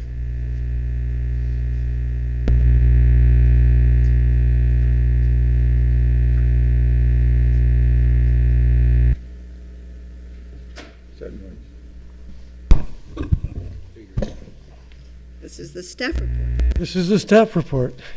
So the staff and the faculty senate are working a lot in parallel around a lot of the same large volume of policies that are coming through, and we're making a lot of progress, and we want to appreciate all of the staff and all of the administration that have been done yeoman's work on really kind of redrafting, coming up with policies that will be better for the college in the long run. It's a lot of work, and it's something that hopefully will make them so good that when we go to revise them, it'll be just little tweaks here and there, and we'll stay on top of it instead of getting behind the 8 ball again. So we really appreciate all the work that's gone into that. The two big things beyond policies on our agenda we're looking at, we're probably going to be requesting a budget for the staff senate to do various efforts to increase participation in the Senate, and we'll be bringing that forward. It's a very secret document. We're trying to figure out exactly what we want to do right now, but we will get that forward in fairly soon. We're also doing a lot of work. We appreciate the board approving our Constitution, but when we passed the Constitution, we stripped away a lot of things that used to be in the Constitution and put them in bylaws. So we have to get our bylaws finished. So we have guidelines and procedures for how we operate. So we're working on that. Some of the things that are the most controversial part of that is some disagreements within the staff as to whether we want to have some sort of a representative structure to make sure that every different unit around the college is represented. And there's a lot of people who feel that that's very important, and some people think that the people who show up, it should still be the representative body. I think we can accommodate both, but it's some work to figure out how we would word that. So that's something that we are working on. Shared governance policy, again, we will be discussing that. I don't think we want to talk about that a lot yet, because I don't think we have. I could express a lot of my own opinions, and Barbara could express a lot of her own opinions, but the staff senate does not have an opinion as of yet on shared governance. So we will be discussing that a week from tomorrow and hoping to come up with some. And I think that probably we're looking at something where we can come up with some document that we can send on to the board through the governance process. But I think this is something that's going to take more work over time, that we'll want to come back and re-review that again within the next year with a lot more. It's turning out to be there's a lot more to it than we thought when we first got into this. And so I think that we can get something passed that will be a good working document for the college, but I think the details, and there's a lot of things that we found that I know the staff senate in our initial drafts felt that while they were good, important parts of shared governance, they didn't particularly belong in shared governance policy and maybe should be referenced in some other parts of policy or procedures around the college. And I think that is a lot of the work, figuring out where things belong and how, if somebody is trying to work in shared governance, how do they know where all those other things live, and how do we reference them so that someone trying to figure out how to get something done knows, even if it's not mentioned specifically in shared governance, where is it? How do I know how to move through the process? Well, that's a good, that kind of focus is exactly what you need, is you need to strip out all the things that are not shared governance and that are maybe very important, but they don't belong there, they belong somewhere else. I think in the work session we talked some about grades. Grades is not a shared governance process. And there were other things that we noted and that you all noted belong somewhere, but not in shared governance. And I think that's part of the work we need to, good. long term, and that may be not something we'll resolve in the next month, but something over the next year or two, we will continue to be revisiting those things. And Well, all of the policies are going to continue to be revised. So at the appropriate time, you'll have input into all of those things. And what's missing, what's in there that shouldn't be, all those things. we also would like to acknowledge the hard work that the finance department and the president have been doing in the last year. And Nick is really the reporting to the Financial Oversight Committee is getting better and better every month, and we really appreciate all the hard work that's going into that. And also want to acknowledge Chris, and we know he won't be with us for that much longer, but I had not really appreciated how much work there is to do it to bring Banner up to date in order for a lot of our processes to work better. And so I think we want to appreciate all the great work that Chris has done over the last year to help get us up to date and recognize that we have a long way to go, and hopefully we'll get somebody great into that position to follow through behind Chris. Also, Daniel and Rebecca have been doing great work on all of the personnel policies. And so that's been fantastic and very much appreciated. Questions for Zuby? None? You wowed us. Okay. No, I didn't make it last month, and I'm teaching a class right now, but I have someone filling in for me. But if I have to depart, it's because students come first. Thank you. All right, we have a consent agenda as revised. Yes. Oh, why do we always miss you? Because you're last of the communications pieces. So we're going to have to put you first here. That's okay for me. Willie. Okay. Good evening, everybody. We are now working, we organize the activities of the Earth Day. And also we sponsored activities for the Sustainable Conference for the Ambassadors. That's going to happen, Earth Day is going to happen April 21. And the Ambassador is going to happen April 24. Also, we sponsored the conference of Women's and Men's Conference, going to happen in April 10, both at the same times.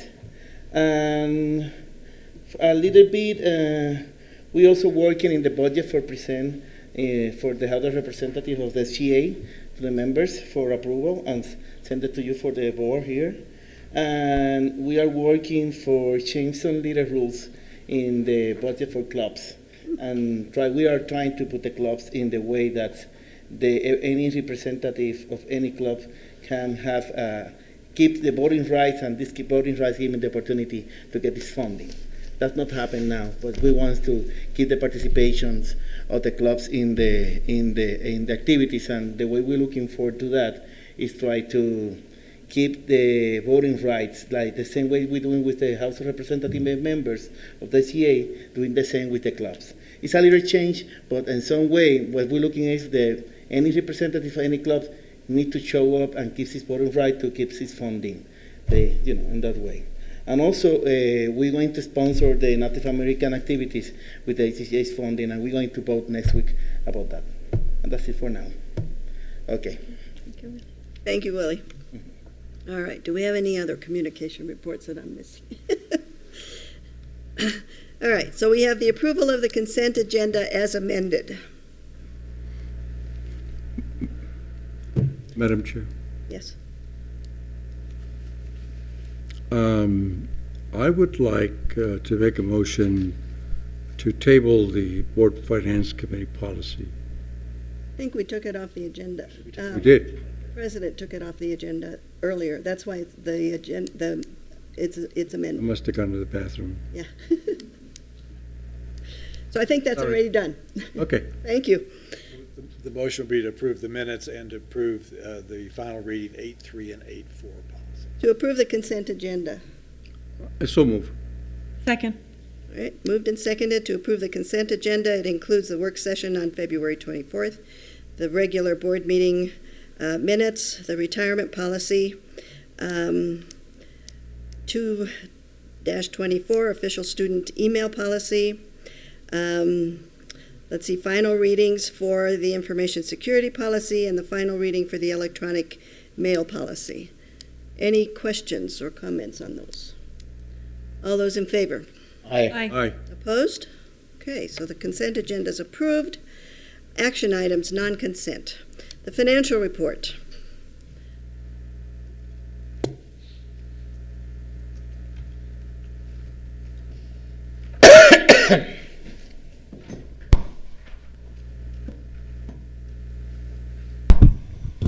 Good evening, Madam Chair, board members, President Grissom. I'd like to request your approval of the monthly financial report for the month ended February 28th. We met Friday, March 27th, with faculty and staff, and we were able to review these financials and get input. And so they've seen them, and we met earlier in a work session to review these financials in detail. I just would like to briefly go over the summary of the financials. Essentially, in terms of the summary, at the end of February 2015, we have instruction in general, ING revenues up $2 million, and that's 8% compared to last year. Expenditures are down $815,000, and that's 4% compared to the prior year. We've taken a look at compensation and expenditures, and when looking at salaries, we've identified that salaries at this point in the year are down $361,000. We've also seen substantial decreases in the amount of $624,000 in supplies, expense, equipment, and utilities. So in total, when you look at compensation and expenditures, they're down by right around $800,000 or 4% compared to the prior year. In terms of cash and bank, the college has $11 million in total, and that's in terms of all of the different accounts that the college has. You can compare that to the prior year, fiscal year 14. At that point, at the end of February, the college had $23.9 million in cash in bank. And the big difference, as we discussed earlier, is the construction projects that have been completed and the utilization of bond proceeds. So with that, that's all I have at this point, unless you have any questions. And Madam Chair, I'd like to just add before we go to questions is that when we're looking at the financials, when we're talking about the salaries being down $361,000, that's salaries and benefits, but that's just the salaries that are in ING. We did do an analysis, which we did discuss at the work session. When you look at all salaries across the college, we're down about $538,000, including benefits. And that's on track to meet the financial stability plan, which was a savings of $885,000 for the whole year. So we're on track with doing that. There are a lot of salaries at the college in grants, programs, and public service programs and auxiliary programs, and in our internal services programs that don't show up on the salary line item in ING. So we did talk about year-to-date, the total compensation in ING is $15 million, but the total compensation for the whole college is $20 million. And I do have to thank Barb Griego for running some reports for us over the weekend. Thank you. We talked a great deal in the work session, probably a little over an hour over that, and additional reports that would be helpful for our understanding, and you supplied some of those, and so we're very grateful for that. So are there any additional questions from what was in what we discussed in the work session? Madam Chair, a quick question about state appropriations revenue. I know the report that you have in front of us, Vice President Tellis, is about current year. Could you talk with us about next year and what that situation looks like coming out of the legislature in terms of projections of state funding? Yes, I'll turn that over to President Grissom. He probably knows the legislature a little bit better. Since I was down at the legislature mostly. Right now in House Bill 2, the approved House Bill 2 budget for Santa Fe Community College has an increase in our ING base budget of about $124,000. We do also have some additional funding. The funding is still there for the nursing expansion program. It's the same dollar it was last year, which I believe is $276,000. And then we did get funding in House Bill 2 for 3 new program areas or program expansion areas. There's $125,000 for hospitality management. Part of that would go to work with New Mexico State to bring the bachelor's program to the Higher Education Center. That's been requested, especially by the tourism industry and the Lodgers Association. There's $100,000 in there for a radiography technician training program, which is one of the programs that Northern New Mexico closed down this past year. And there's a demand and request from employers to keep that program going. And then there's $50,000 to go towards an automotive program, and that combined with some grant funding through Perkins and other areas would fund automotive startup, and that's also been requested by the business and industry and the automotive industry. So we're hoping that those 3 new programs survive the governor's review. We have met with the Secretary Damron to get her support for those programs, and have met with the analyst in the governor's office to share the needs for the programs and what they're for, and so we're keeping our fingers crossed that they survive the final review. Thank you. A quick question about timing in terms of the governor's approval of those, the budget items and the additional programs which are in demand by industry. Do you know what the timing is? Yes, Madam Chair and Member Keith, the governor has to make her final determination no later than April 10th. It could come sooner than that. So that does allow us to include things in our budget or not Right. as we see fit. Also, we've been just to let you know, we've been working closely with the Santa Fe Community College Foundation to try to also raise some funds to help those programs. So there's a mixture of funding sources that could help with those startups. Great. Thank you.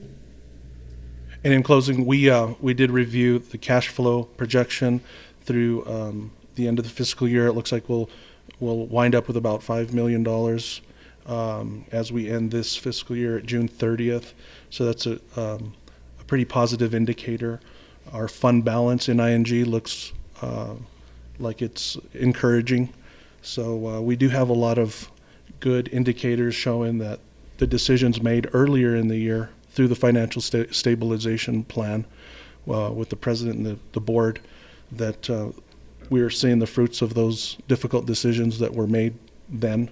And so with that, I would just like to request your approval of these financials for the month ended February 28th. Was there a motion? So moved. Second. Discussion? All those in favor? Aye. Aye. Opposed? Okay, thank you. Thank you. Thank you, Nick. All right, the Santa Fe Community College Foundation bylaws. Madam Chair, members of the Governing Board, Mr. President, the Santa Fe Community College Foundation has 3 items for your action tonight. The first is the revised bylaws of the Santa Fe Community College Foundation. And these were made to bring up to date the current members who are serving as presidents of both, chair and president of both boards, and also to revise the removal of "grow" from the name. We're still trying to take that out. And also to add a student representative to the board of the Santa Fe Community College Foundation. And that representative is someone who would be chosen by the president. And there was someone who has been selected, and that is the next item, the ratification of the presidential appointee.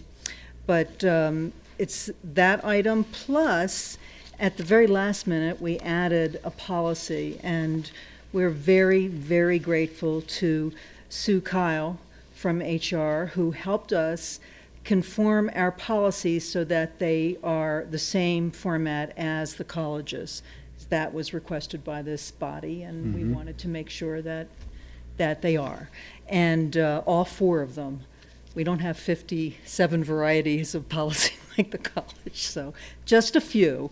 And there'll be some more coming to you, but this was the first one, and this is the revised SFCC Foundation Asset Spending and Distribution Policy.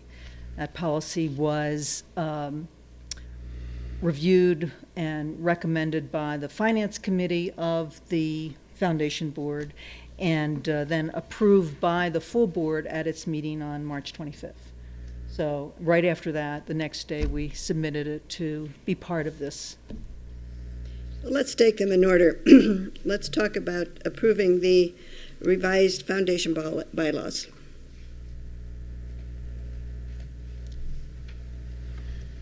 Can I ask a quick question? It's probably in here and I just didn't see it, but is there a place in our in the bylaws that say that the governing board of SFCC will approve the bylaws in addition to the nonprofit corporation?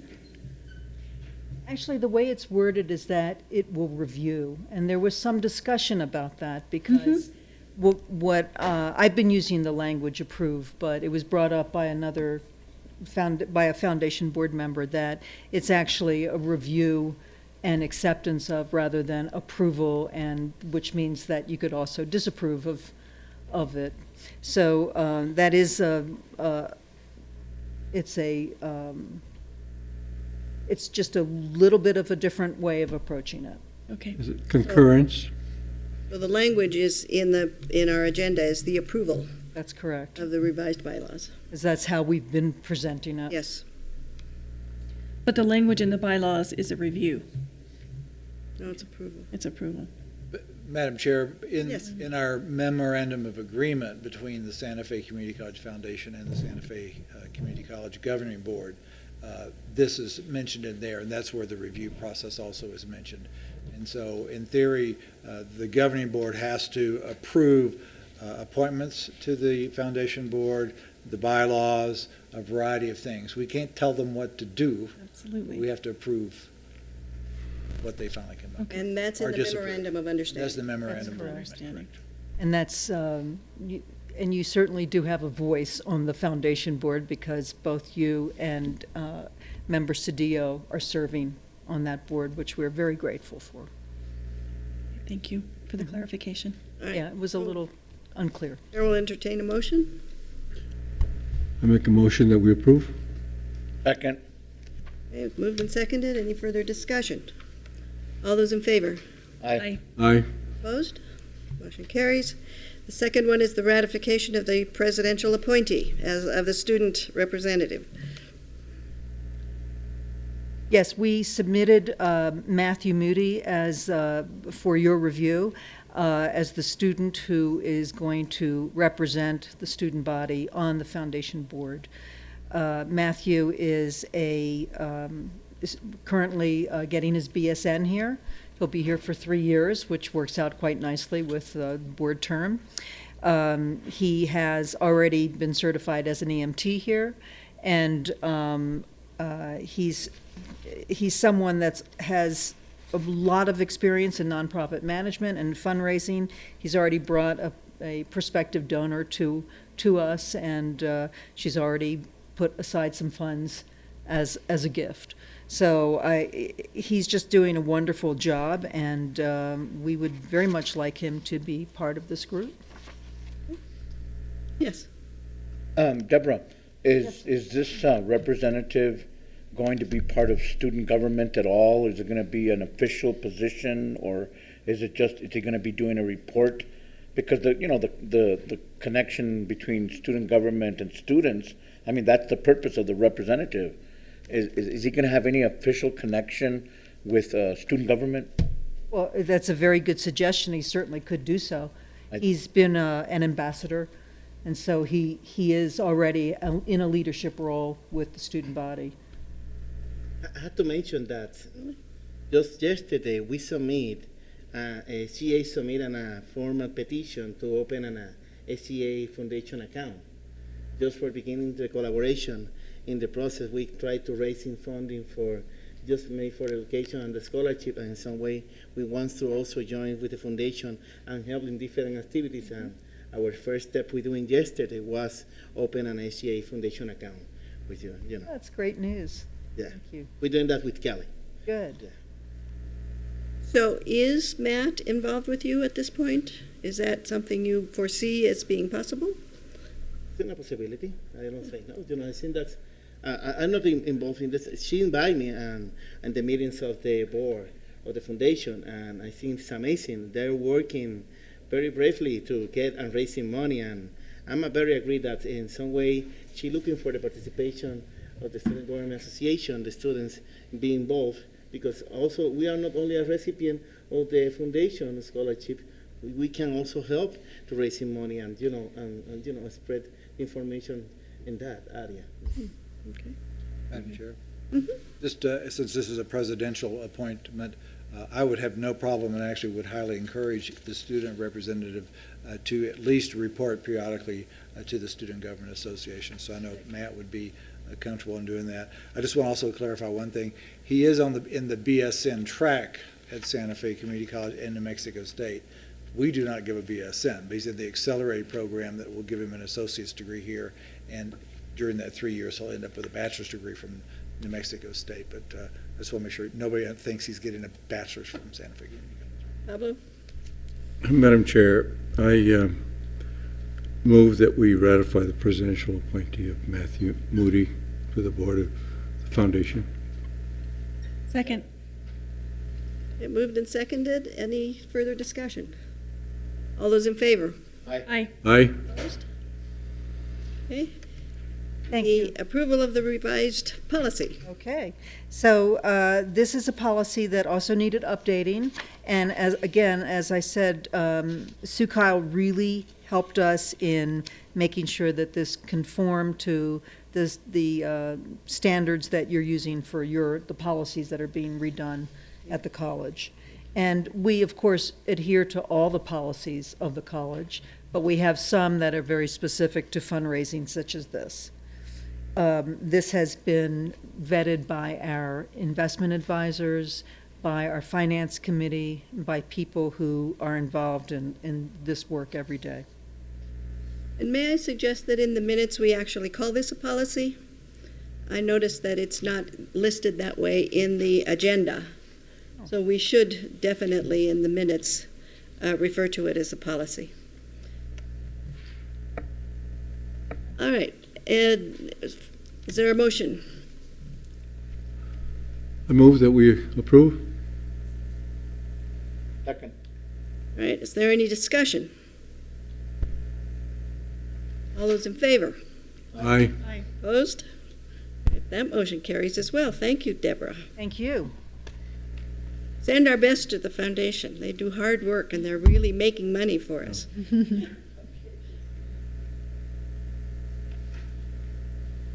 All right, what's next?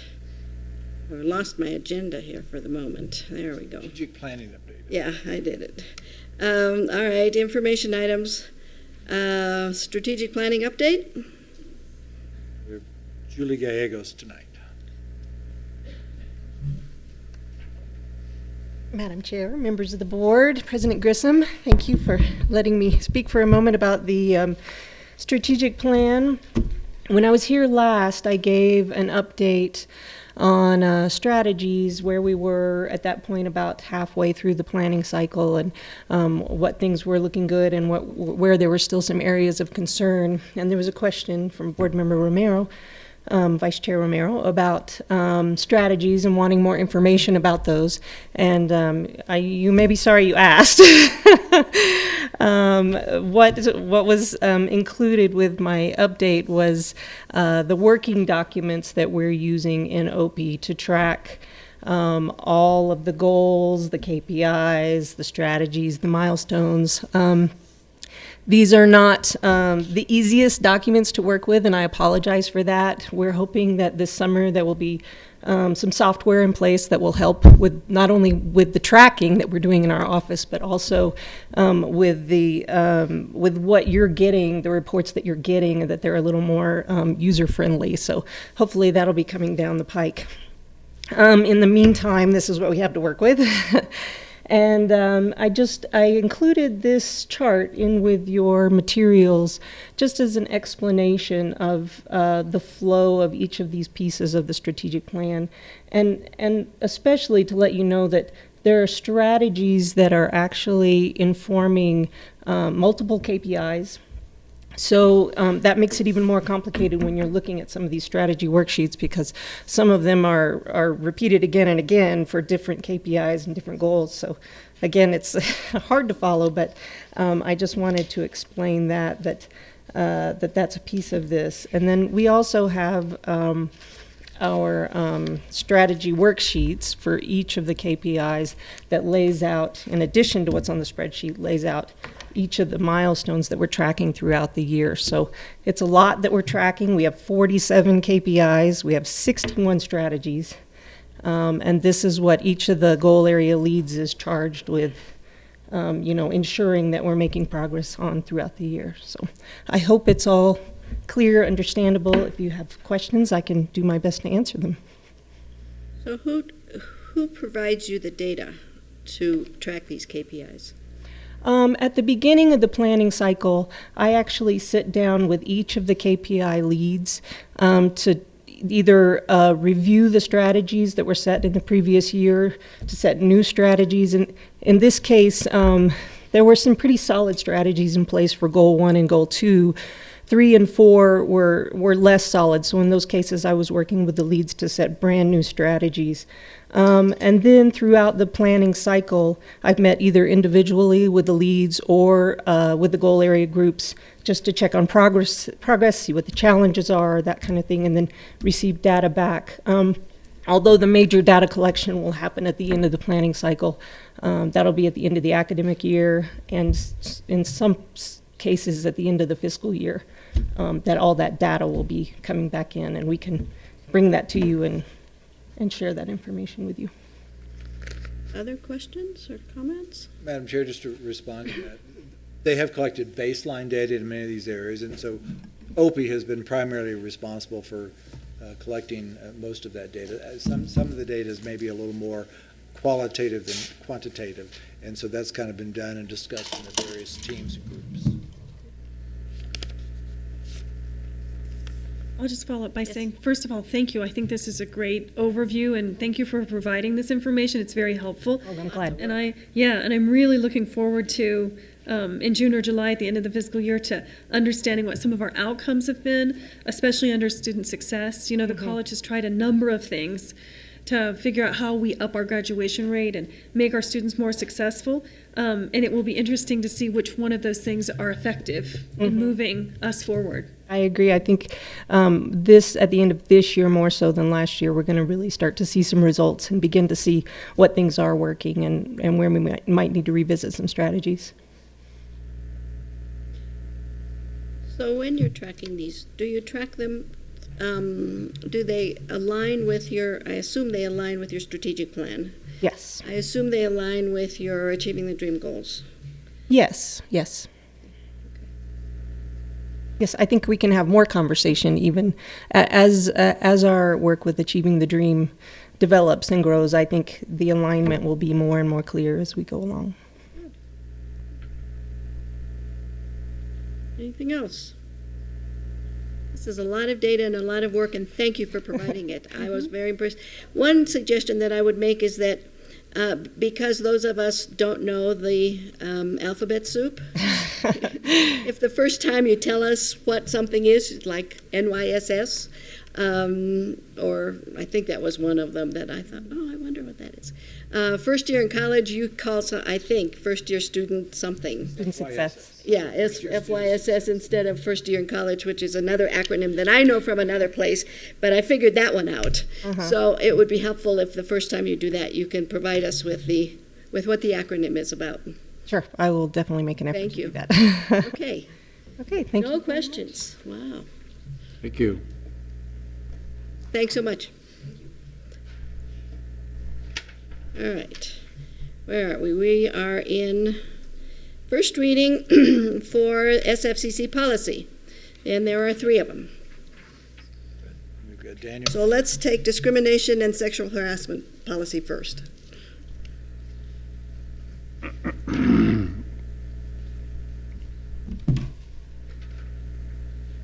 Good evening, Madam Chair, governing board members, and President Grissom.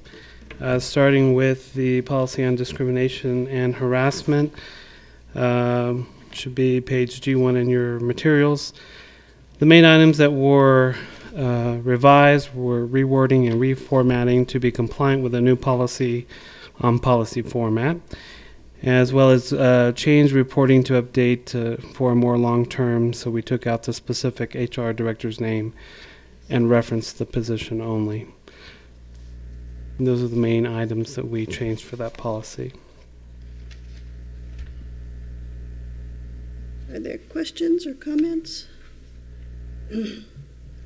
Well, you know that I was charged at the beginning of the year with overseeing or shepherding the policy process, so I always look at these pretty carefully and usually have some kind of question or comment on them. There is a statement, and I'm looking for it right now, where you talk about this being about equality. And I'm wondering if that's a term you want to use or if equity is more appropriate.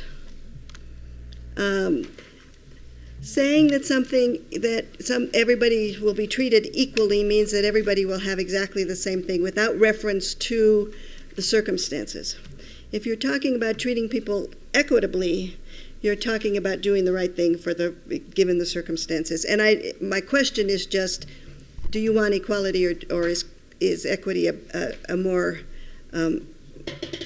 pertinent term? So it's a question. Okay, is the last line in the policy statement? Yes, okay. Reflects equality and respect. Maybe yes. that we should reconsider that. Thank you. Well, that's something you might want to talk with people about. You know, Madam Chair, we might want to think about leaving equality in and adding equity. Sure. Because this relates to the Equal Rights Acts and so forth, that really is equal. Other acts and other issues of discrimination could be equity. So maybe we should think about that reflects equality, equity, and respect. And So both, okay. Thank you. That's good. Anything else on that policy? Okay.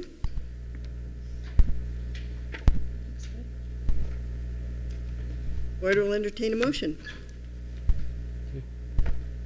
I move we pass. Right, am I moving that we pass the first reading? Oh, we don't have to pass the think first reading, right? We don't. This is information only. Thank you, Kathy. Okay, so let's talk about the second one. Okay, for policy 410, which should be page G11 on sexual harassment, we do apologize in advance. Inadvertently, we did include the procedures, so please forgive. We worked with rewording and reformatting to be compliant with the new policy on policy format. And there was also new revision based upon input from the Faculty Senate addressing specific issues related to academic freedom.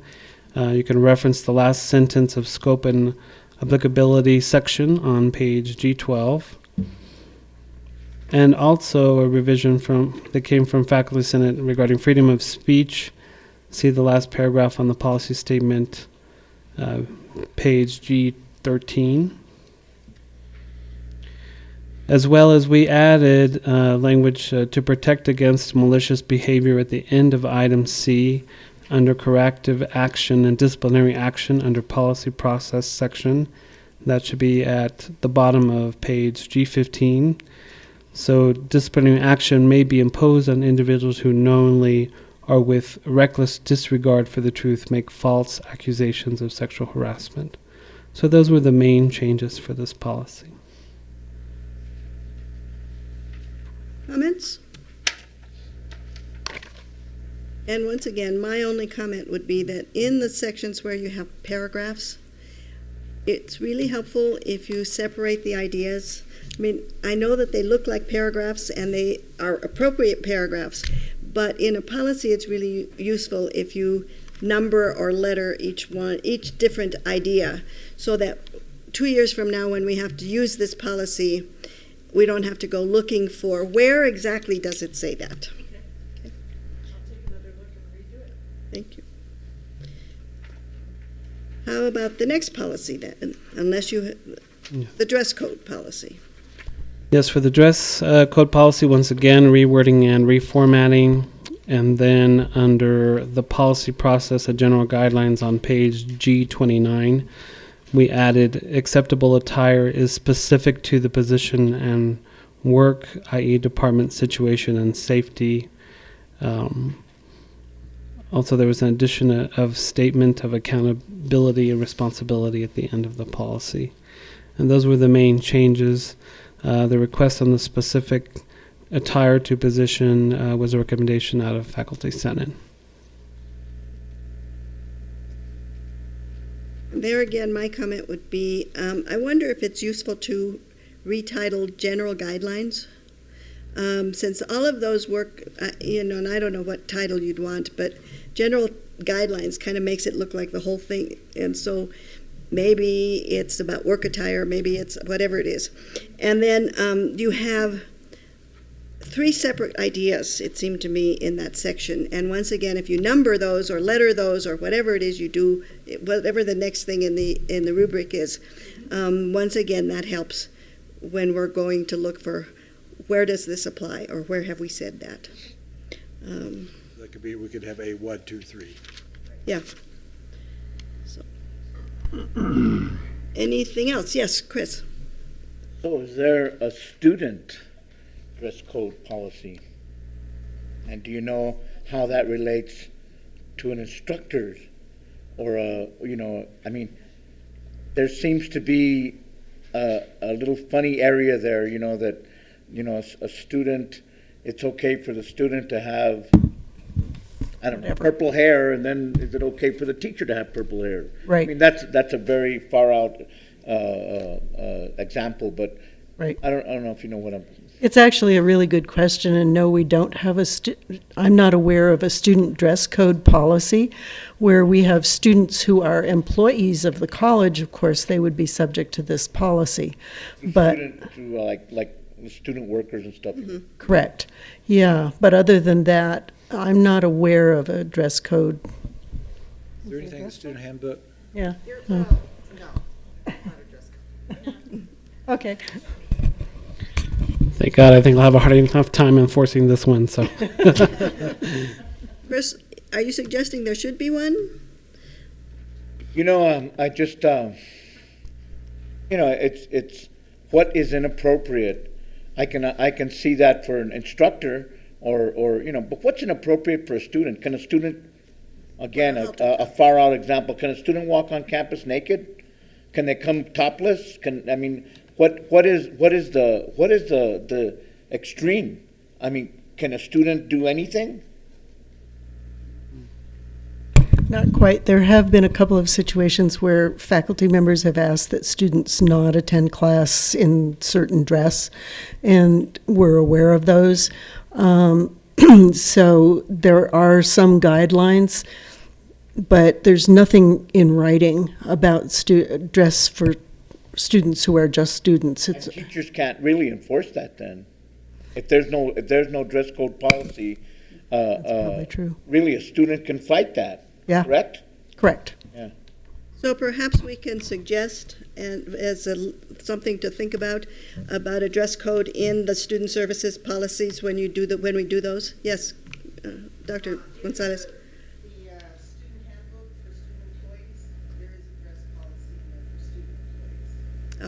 But only student employees. But only for employees. And I'm really not suggesting that the freedom that a young student has to do whatever, but I mean, is there a limit? Is there a limit? Is there something that is going to cross the line? And what is the line for students?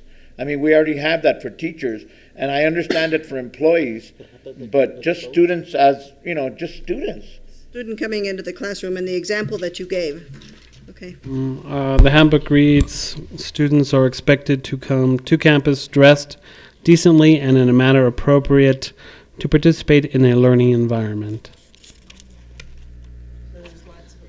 So there is something there. Okay. No nudity. Rest was in there. Madam Chair, I'd just like to, add, one of the things that we want to have the policy for employees, faculty, and staff is that we want to model the right kind of behavior too. So, but we need to look at that to see if that's adequate for. So maybe your point is that that should be reviewed and see if it's sufficient. Okay. I don't even know if it is. I mean, there's a lot of, there's freedom of speech, there's freedom of, there's a lot, just, who knows? I mean, I was just thinking about that just now. I mean, because there's radical students out there. There's students that will do it just to go against the system, and that's been throughout the ages. There just might be somebody that want to challenge the system, and they'll do it. Whatever that might be, whatever the wrong thing might be that's considered inappropriate by the president, but maybe not inappropriate by the art teacher or somebody. I don't know. I was also told that many programs have dress codes. Some of the programs at the institution have here. particular So codes. like nursing, you see them in their nursing outfits, and so, yeah. Okay. So we'll have them look at that. Anything else that you want to talk about on that? Okay. We don't have any, or do we have any board reports or discussion or other business?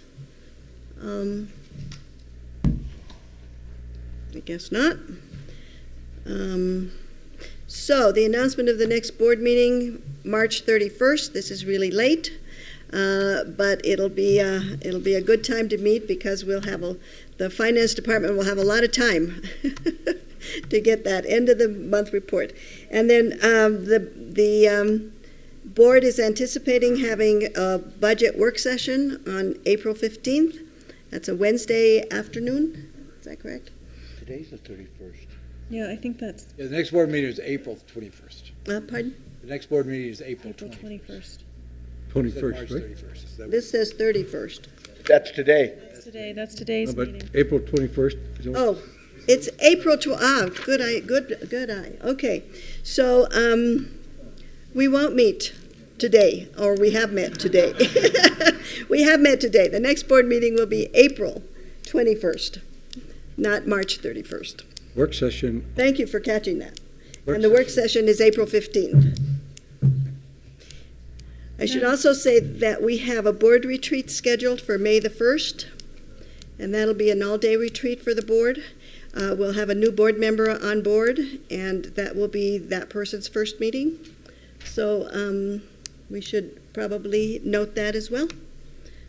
Madam Yes. Chair, I also just wanted to note that at the April 21st board meeting, we will be approving the budget. That's correct. For FY16, which I know is important for the year. And the reason for that is that it needs to go to the HED by May 1st. Okay? So, if that's all, oh, closed Madam session? Chair? Oh, you're so good at reading that. I move that the board have a closed session for purposes of discussion of pending or threatened litigation pursuant to 1015-1H7 NMSA 1978, employment claims involving administrative complaints or claims and issues in case number D-101-CV 2013-03032, and case number D-101-CV 2014-02295, and for the purpose of discussion of personally identifiable information about any student unless the student, his parent, or guardian requests otherwise, pursuant to 10.15.1 H4, discussion of issue involving student theft. That's a motion? Yes. Is there a second? Second. All right, all those in favor? Aye. Opposed? Motion carries. Thank you all for coming and staying and giving up your evening.